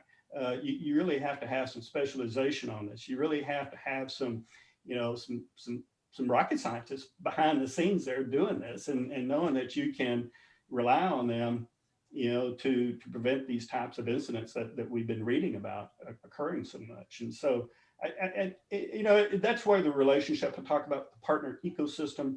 And then there's these issues of, liability around this that gets really messy and such like that. And so, anyway, that's where I think a lot of MSPs are looking as they're going about building their managed security today is, what can we bring in-house reasonably? What do we need to bring in and partner with and just build it up from there. But I think the key thing for MSPs is focusing on the marketing, the sales, the promotion of that, knowing how to sell it first before they can really go out and staff the infrastructure to support it as a private do-it-yourself type of offering. Sure. And I think, and hopefully the audio is better now, but essentially exactly that, because I think even with us, I know that a lot of managed service providers in our community understand there's the need for that security and having that offering, but some of them are either scared as heck to do it because they don't want the liability, or two, they don't know where to start. Right. And it's, especially with the OML that you were mentioning, where in that journey do they even bother? Is that something they hit out of the gate, or, how to better understand that? But I think, like you said, the constant is there, that it is needed, especially as we're kind of moving into the next phase of what we're going to do for cloud services and just trying to figure out how to manage all that as well. Yeah. I mean, I believe security, is that blue sea out there, it offers higher premiums and margin and such. And so MSP today is having to transition away from the lower margin, lower value services, infrastructure support things now into more specialized support things like cloud migration, cybersecurity, things like that provide a higher value to the end user client. Are there any guidelines either of you can provide in terms of where to draw the line? So especially starting out, that you're going to need to draw on a partner ecosystem. You're going to be outsourcing stuff that you either don't have the expertise to do or don't have the money to do in-house. But are there any guidelines at all about what you should usually outsource and what you should maybe never outsource and keep in-house? Well, so what I would offer up from conversations with our providers and partners that we've been talking to is they all are offering or building out some sort of graduated service model, right? A bronze, silver, gold, a basic, an enhanced, and a premium, whatever you call it. And if you think about it, who is the buyer of security? Today, they're either of the tilt toward they have compliance needs, or they're on the tilt where they just have security for security's sake, right? And so when you build up your stack, you have to be able to appeal to both of those offers, right? Both of those folks. Are you tending to hospitals and credit unions and regional banks? Compliance. Are you tending toward small business owners, small manufacturers, maybe an HVAC contractor that has maybe 70 or 80 employees, whatever that is? You need to understand where your offerings are targeted. And then inside of each of those offerings, you're going to have some sort of core offering and then maybe some sort of essentials offering. And one of them is going to be tilted toward the customer that doesn't have any IT staff on hand at all, and you're going to do all things for them. And the other is going to be more of kind of a co-managed thing where you say, I'm going to give you the essentials. I'm going to give you, the toolings and the outcomes for the really, really hard things. And then you can handle some of the things and kind of work alongside of us for the rest. And the challenge, and this kind of goes back to Tommy's book, right? On how do you actually determine who's in your vendor stack, who's going to go into that for your partnership. This is where you might have, okay, I've got this solution for firewall. I've got this solution for networking. I've got this solution for SOC as a service. I've got this one for asset discovery and RMM, tooling that I have for help desk. And you build all that up. And as a provider, you have to be wary of what is my blended margin, right? And so, Paul Dipple, again, as an example, will tell everyone, here's what your targets ought to be. And that's great. But what the reality is you get done building up your package and you're like, I don't know how to price this thing and choose my vendor so I can actually hit what Paul is telling me is best in class. And so then you basically say, I've got a challenge here. And that's where we step in and we say, okay, here's something you can tuck into your portfolio. It gives a whole lot of value very, very quickly, and gives value that your customer can see very, very quickly. And we can lift up the blended margin of your offering, and you've got a happier customer. And the reason why it's so important for everyone to spend time in their business there at that pricing and packaging is because this is where the consumption models are headed. And also, you're going to need to have a play on how do you retain your customers. And that's going to be through good communications, reporting, excellent outcomes, your staff and your services, and you got to be priced right. And the only way to do that is to have the right vendors in your stack and the right margin models. Quick comment. Is it possible, or is there a downside to having, in terms of security anyway, like light, medium, and high packages? How do you go to customers and say, well, do you want to just be kind of protected, or, who should you just have one security stack? Because like everybody needs security, right? And you should everybody wants the best security they can get. They don't want to be half covered, right? It's a great question. Everyone needs security. And what's happening right now with the cyber criminals is that they're going after organizations that feel like they're either too small or their assets aren't important enough to protect.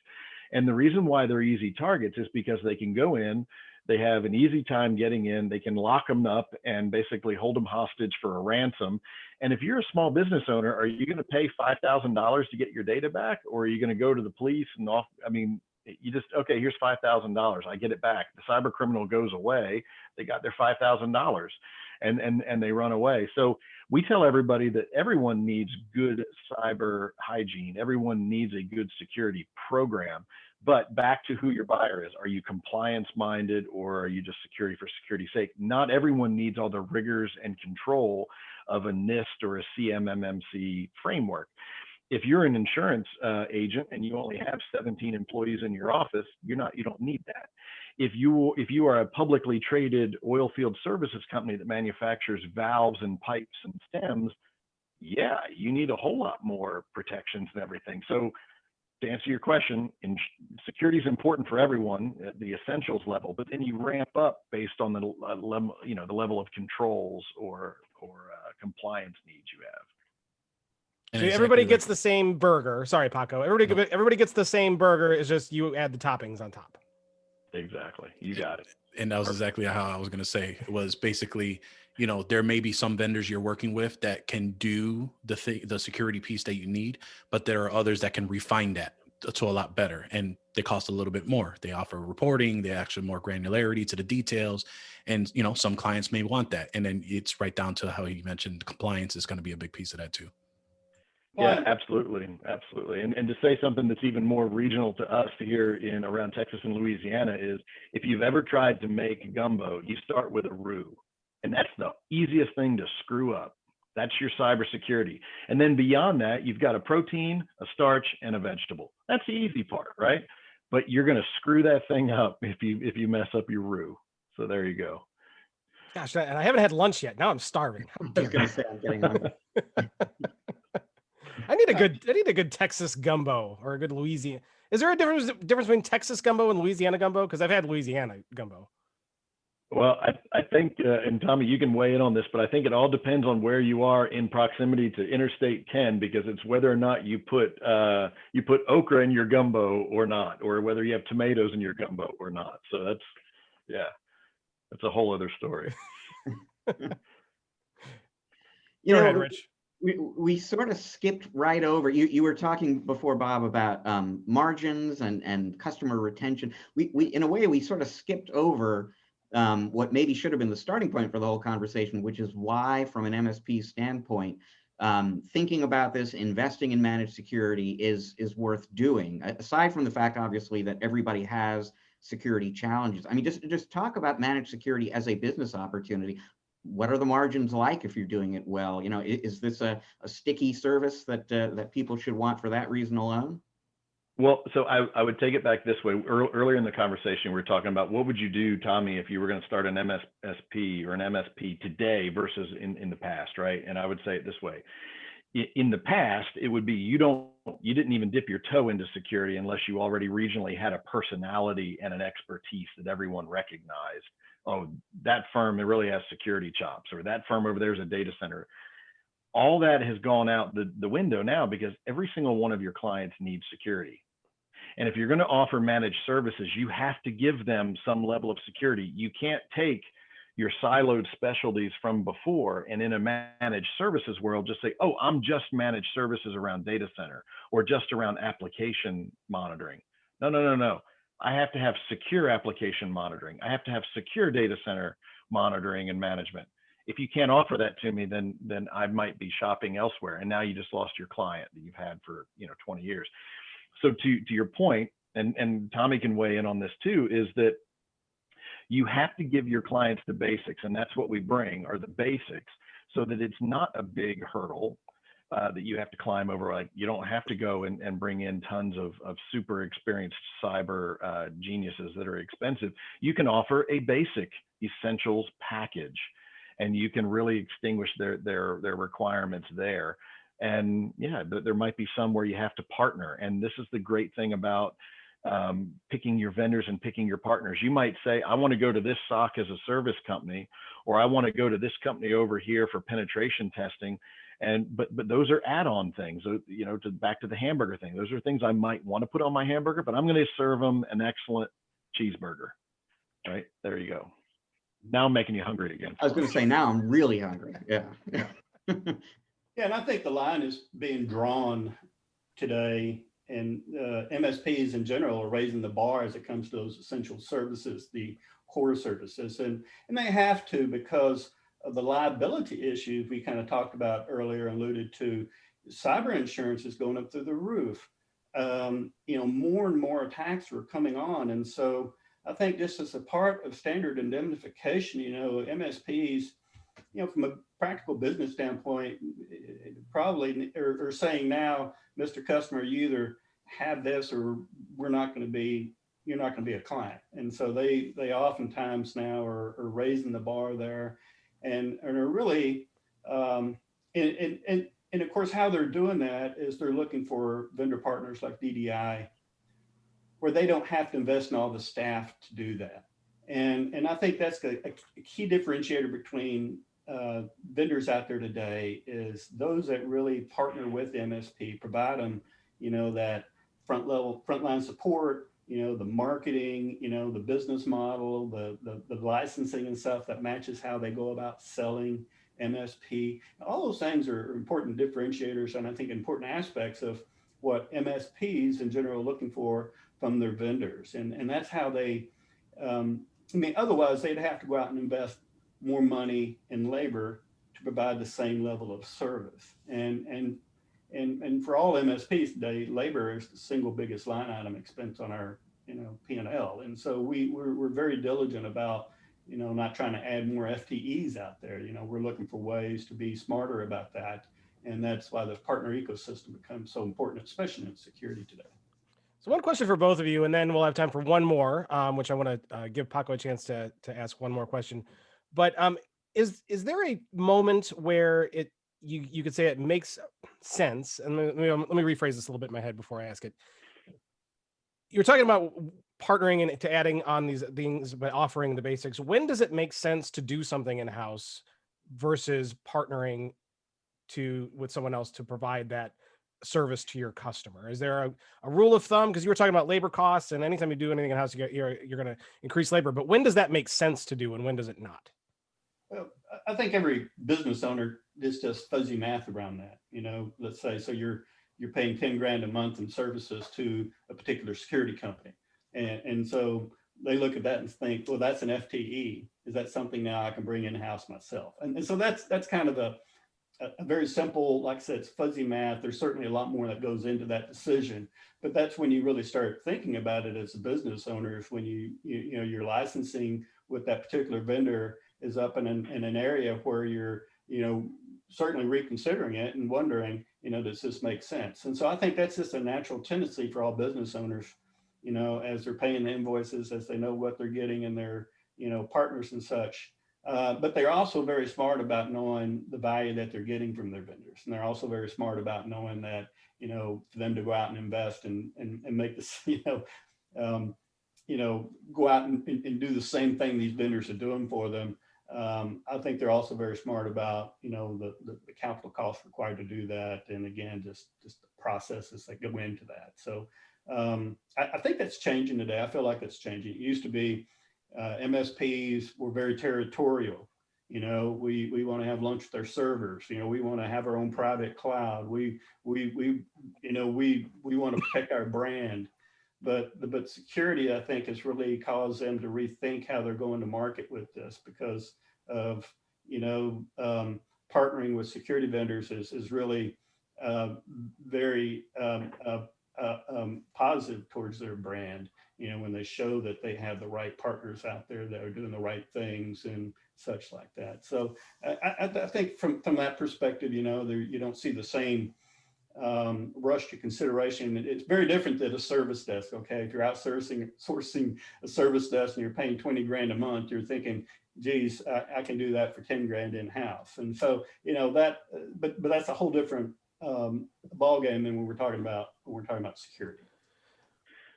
Yeah, and I'd go a little bit further even too, and say the options available to MSPs today weren't even there 3 to 5 years ago, probably not even 24 months ago, right? There's so many things that you can consume now as a SaaS or as a service, as a provider, and then white label and push out, right? Because in the old days, it was, okay, I need to go buy this enterprise software. I need to buy the servers.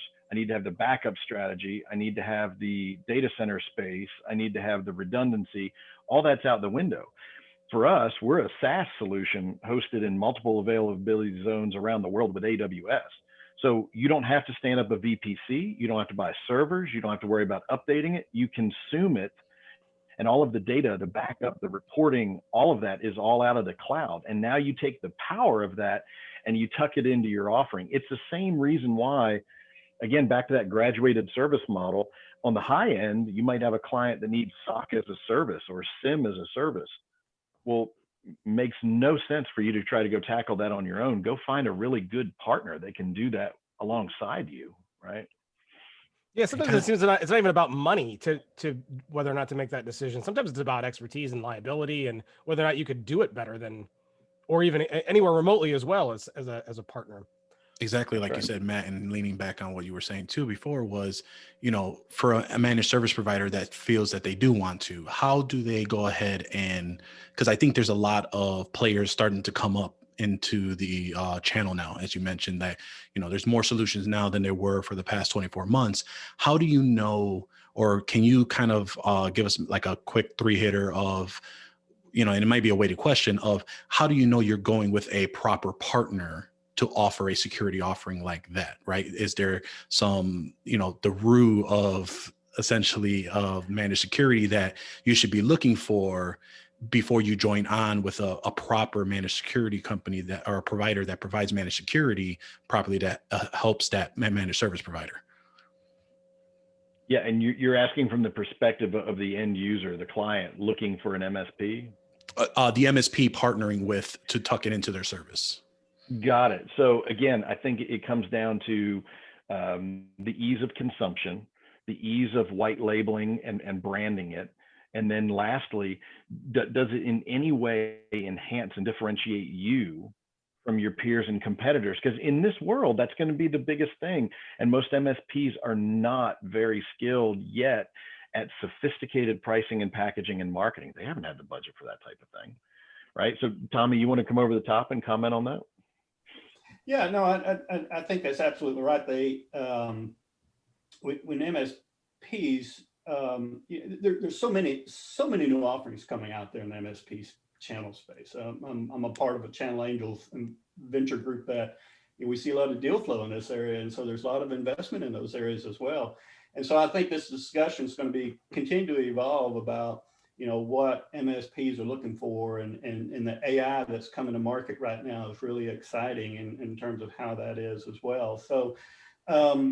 But the key tenets of what they look for, the things that certainly Bob mentioned, it's an easy relationship. You're as an MSP business owner, I don't want to have to invest a lot of time or resources to stand up your product, and that's really, at the end of the day, that's where the crux to the biscuit is. That's where everything, that's what every business owner looks at. That's how you manage your business, is through gross margin.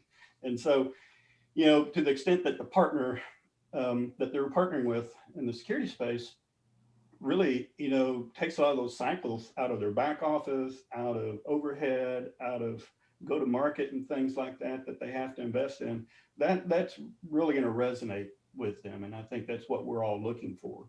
And, there's a certain time, I think, again, when you always consider bringing in-house, and I think as these tools come out, there's probably going to be more opportunities to do that in some way. But right now, I don't think we're at that point. I think MSPs are looking for more help, not trying to bring it in-house more. This is just my sense.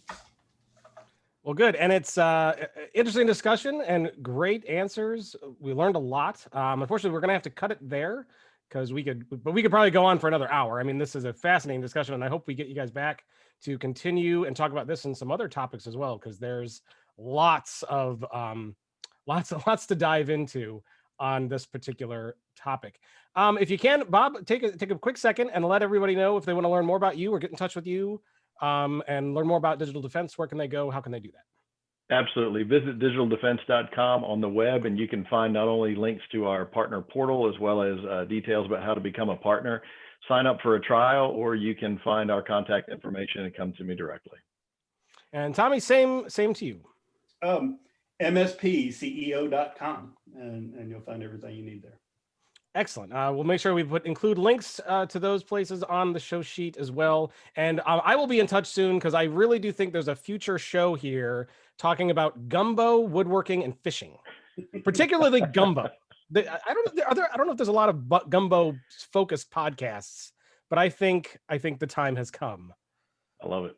Well, we'll be in touch on that soon. But everyone, stick around. We'll be right back after the break. We got Paco will be joining us. So we'll have some end of the show regular features that we normally do, and Rich will try to let us know what we missed over the course of the week, and then try to predict the future, which he gets right, 10% of the time, give or take. Actually, it's been a little bit better than that lately. It's been more like 22, so I like it. So stick around for that. We will be right back.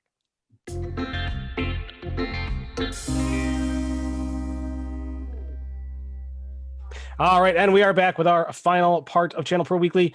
So, Rich, a great interview. It really probably could have gone on a lot longer, and I hope we get to have them back, because it's a great dynamic for discussion, and they're both really, really smart guys. And Paco, is also great questions from you there as well. What's your takeaways from that interview? Yeah, I mean, I think it's really a big piece for everyone to understand that managed security is not something that's out of grasp and out of reach. I mean, it's an important thing to consider.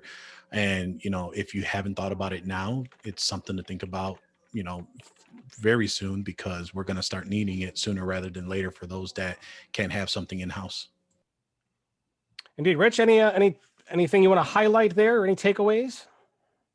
Yeah, I mean, I one of the things I really enjoyed about the conversation was all of the discussion about the range of options in terms of what you do yourself and what you outsource. And so, just to kind of follow on to what Paco was saying, no matter what your starting point is into managed services, there are options out there that will enable you to deliver that kind of service effectively, and then maybe evolve what you're doing yourself versus outsourcing over time. And then also, I think Paco's exactly right. You know, if you're not doing managed security of some kind today, all of your competitors are or will be. So aside from the fact that your customers need security and really kind of want to do it on a recurring revenue as a service kind of basis, increasingly it's going to be something that you need to have some kind of answer for, just because that everyone else will, essentially, and you can't really afford to be the one guy who doesn't. True indeed. So if I could say that I got one really good takeaway, is I now have a new favorite expression that I am going to steal from Tommy Wald and make my own and use at every opportunity, and that is crux of the biscuit.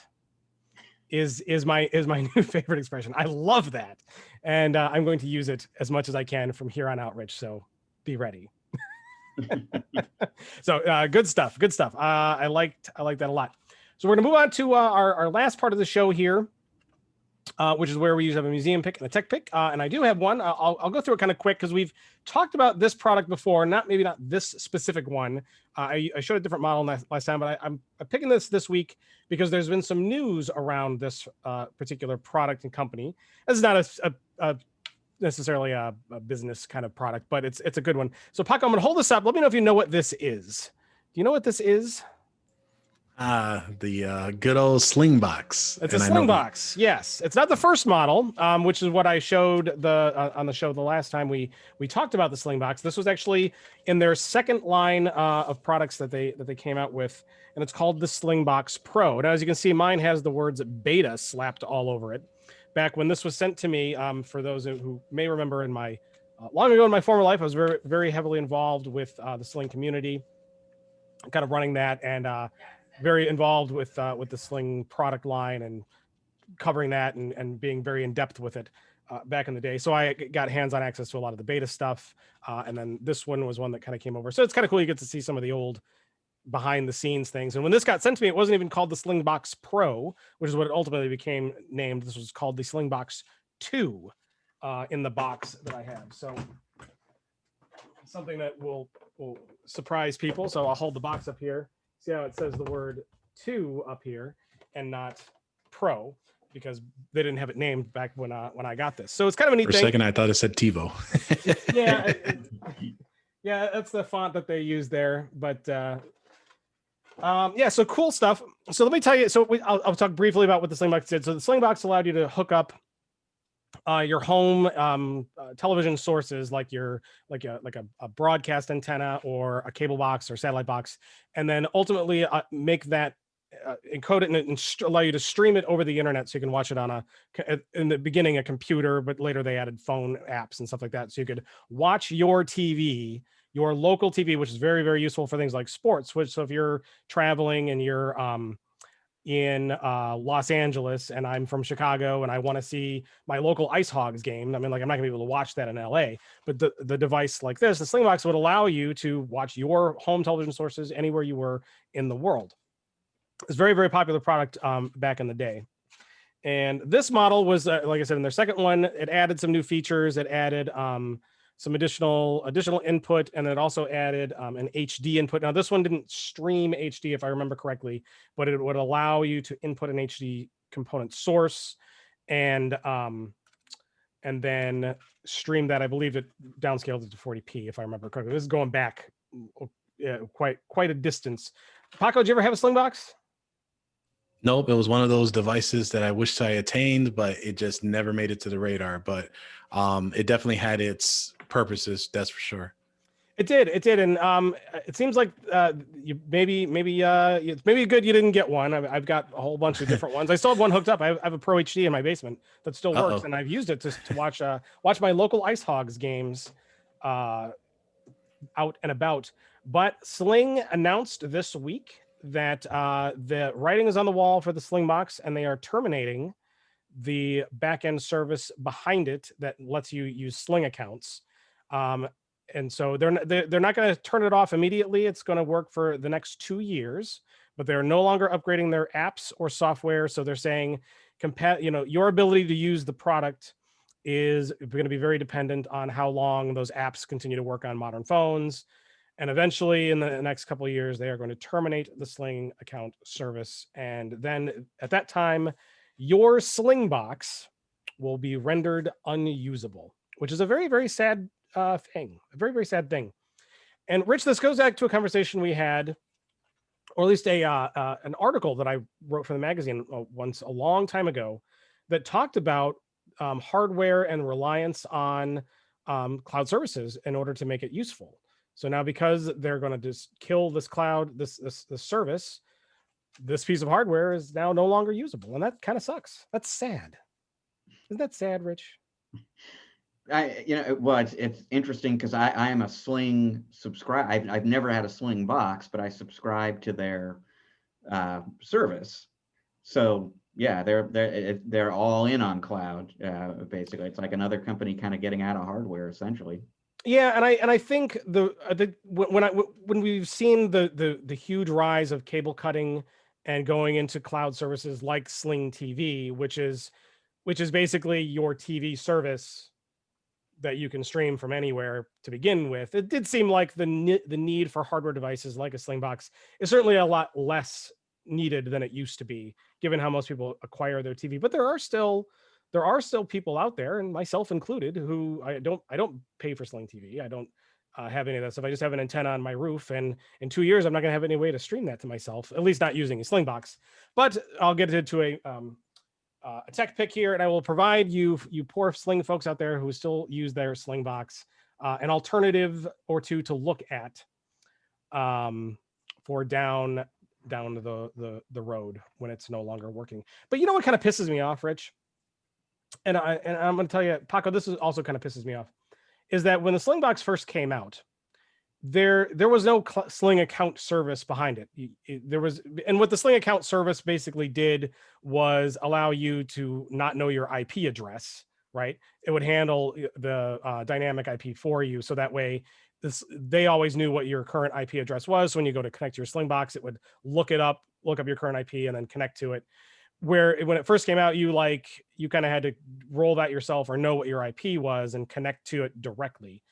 It would be kind of nice if in at least their PC software, if they gave back the option to manually connect it, so that way people like me who are smart enough to continue to make that work can still use their stuff that they paid for. That would be kind of nice, but it's not going to happen.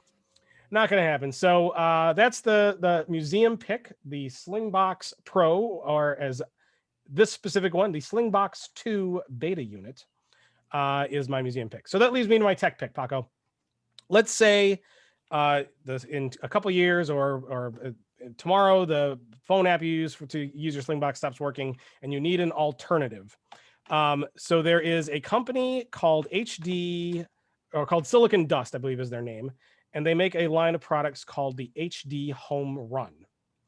And one of their HD Home Run models, and it might be more than one of them, I can't remember which one. Yes, it's pretty much any of the ones that they have that has a TV tuner. You can get one of those, and I'll just say my tech pick this week is just the HD Home Run line of network antenna tuners, and it let you do a few things. One, it gives you the ability to use their DVR software. It allows you to watch TV on any device in your home network. It also allows you to stream it to tablets and phones. They have some mechanism for that, and they have some other features like that. But it's I had an old one on my network a long time ago that I would use, but I primarily used my Sling. I didn't really need it because I had the Slingbox instead.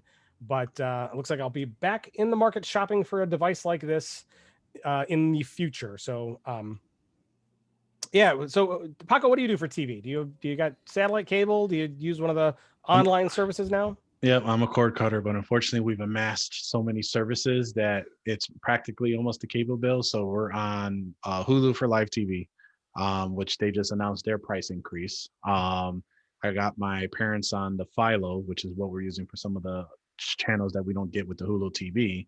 And then all the others. We got Disney Plus, we got Netflix, we have Amazon Prime, we have HBO Max because it's included in my AT&T bills. I mean, the plethora of streaming services here in this house is bountiful. But so yeah, we're able to watch something eventually, and if everyone's bored, they can just go to good old YouTube to check out what they want to watch. It's true. You know, it's funny that so many cord cutters have amassed so many online services that they might pay more than what they used to with cable. I've managed to avoid that. We don't watch a lot of TV in the house per se, at least personally. So we got rid of cable 10 years ago. I was one of the actually more than that now, it was about 11 years ago. One of the more early cord cutters back in the day, because we realized that there was like 3 channels that we would watch, and we'd watch it like an hour twice a week, you know, or whatever. And most of the other stuff we watched was on network TV. So we dropped the cable, got an antenna, best investment I ever made. So has saved me hundreds and hundreds of dollars a month since. But we do have Netflix, and we do have Amazon Prime, not necessarily for the video service. And I think we've watched one show on it, but because it comes with the Prime membership, and we buy all the kind of stuff. Rich, what do you do for TV? Do you watch a lot of TV, or do you just watch sports? I don't watch a ton of TV. I mean, I usually manage to carve out a little time. Like at any given point in time, there's some series on Netflix or Amazon Prime that I'm working my way through, or whatever. So I can usually find 30 to 60 minutes a day for something like that. But no, I don't. Other than that, it is actually mostly sports. Yeah, and that's and honestly, for a lot of people, for sports, you can put up an antenna and watch that for nothing. So, but it depends. It's so many sports now are like absorbed by the cable companies. I know, like if I want to watch the Blackhawks, like there's never a Blackhawks game on TV anymore, on broadcast TV. So you have to have a cable company or a service that has those, which is kind of a bummer. FS1. Yeah, it's kind of a bummer that it's all locked behind paywalls now. Yeah. But it is what it is. C'est la vie. I just won't watch it, and I'll do something else with my life because that's okay. I can do that. All right. So that's going to be wrap up my museum pick. Hopefully it was an interesting one that some of you may have never seen something like that before. So that's kind of cool. And my tech pick, the HD Home Run series. Go find one that has that functionality. There's a bunch of different models. And Rich, I will turn it over to you to tell us what we might have missed, and then to gaze into the future and predict what might be coming down the road.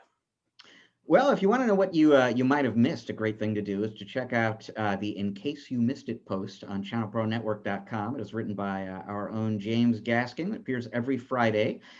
This week, he's going to be talking about the new network firewall service from AWS. VMware has introduced a blockchain platform. That's kind of interesting. There's a whole new set of APIs from SureWeb if you want to connect your managed services tools to their back end. Also very interesting. And then James will be talking a little bit about a real live journey into space of sorts for Baby Yoda, which you may have seen something about this week. Looking ahead to next week, it's Thanksgiving week next week, so there won't actually be a ton of news. I will say, though, that on Monday, Datto posts its very first quarterly financials since becoming a publicly traded company really just a few weeks ago. And so people like me are going to be paying close attention to that just to see what we can learn now that we can actually take a look at Datto's books essentially for the first time. But mostly it's just going to be all about Turkey Day next week. Yes, it is Thanksgiving next week, folks. So I'm also sad to announce that we will not be having an episode next week. Rich and I are going to take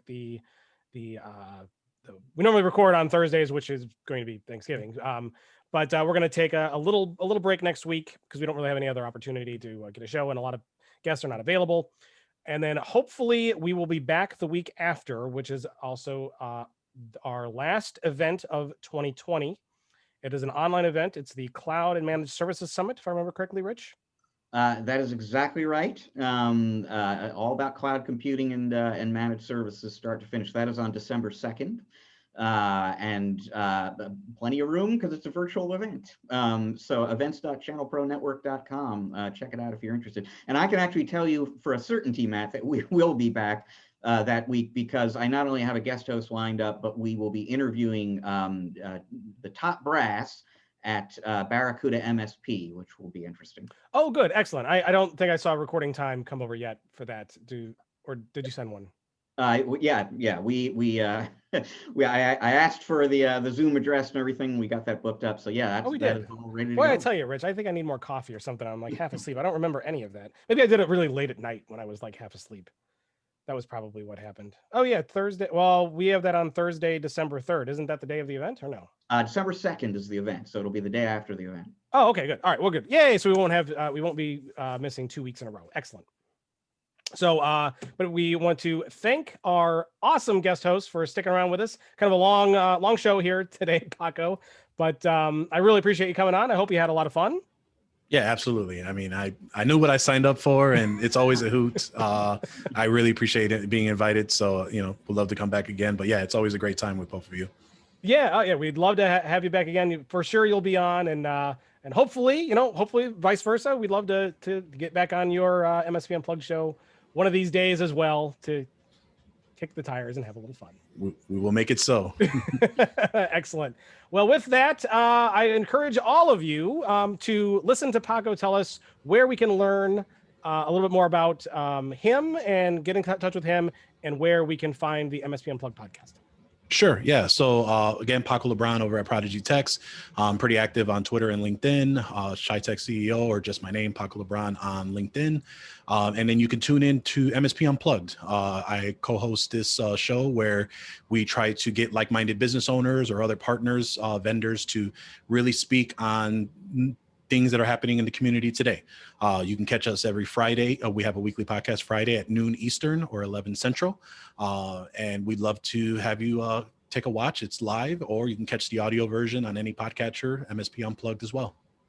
Excellent. And I encourage all of you to subscribe to that. I'm a few episodes definitely behind in that, but I do try to listen from time to time, and it is a really good show. Paco's great, and our good friend Jeff is also wonderful as well. So check that out. Subscribe to MSP Unplugged. Also subscribe, of course, to the ChannelPro Weekly Podcast. You can find us anywhere podcasts are aggregated. If you want to watch us on YouTube, you can click the red subscribe button and the little bell if you want notifications. But Spotify, Stitcher, Google Play, Apple Play, Apple Podcasts, all of them were there. Go find us and subscribe. And of course, turn your web browser towards channelpronetwork.com. Each and every morning, you sit down at your desk and leave it up all day. There's news, articles, white papers, resources, everything you need to not only keep in touch, keep up with what's going on in the industry, but also make better business decisions, learn how to run your business better, and of course, make more money.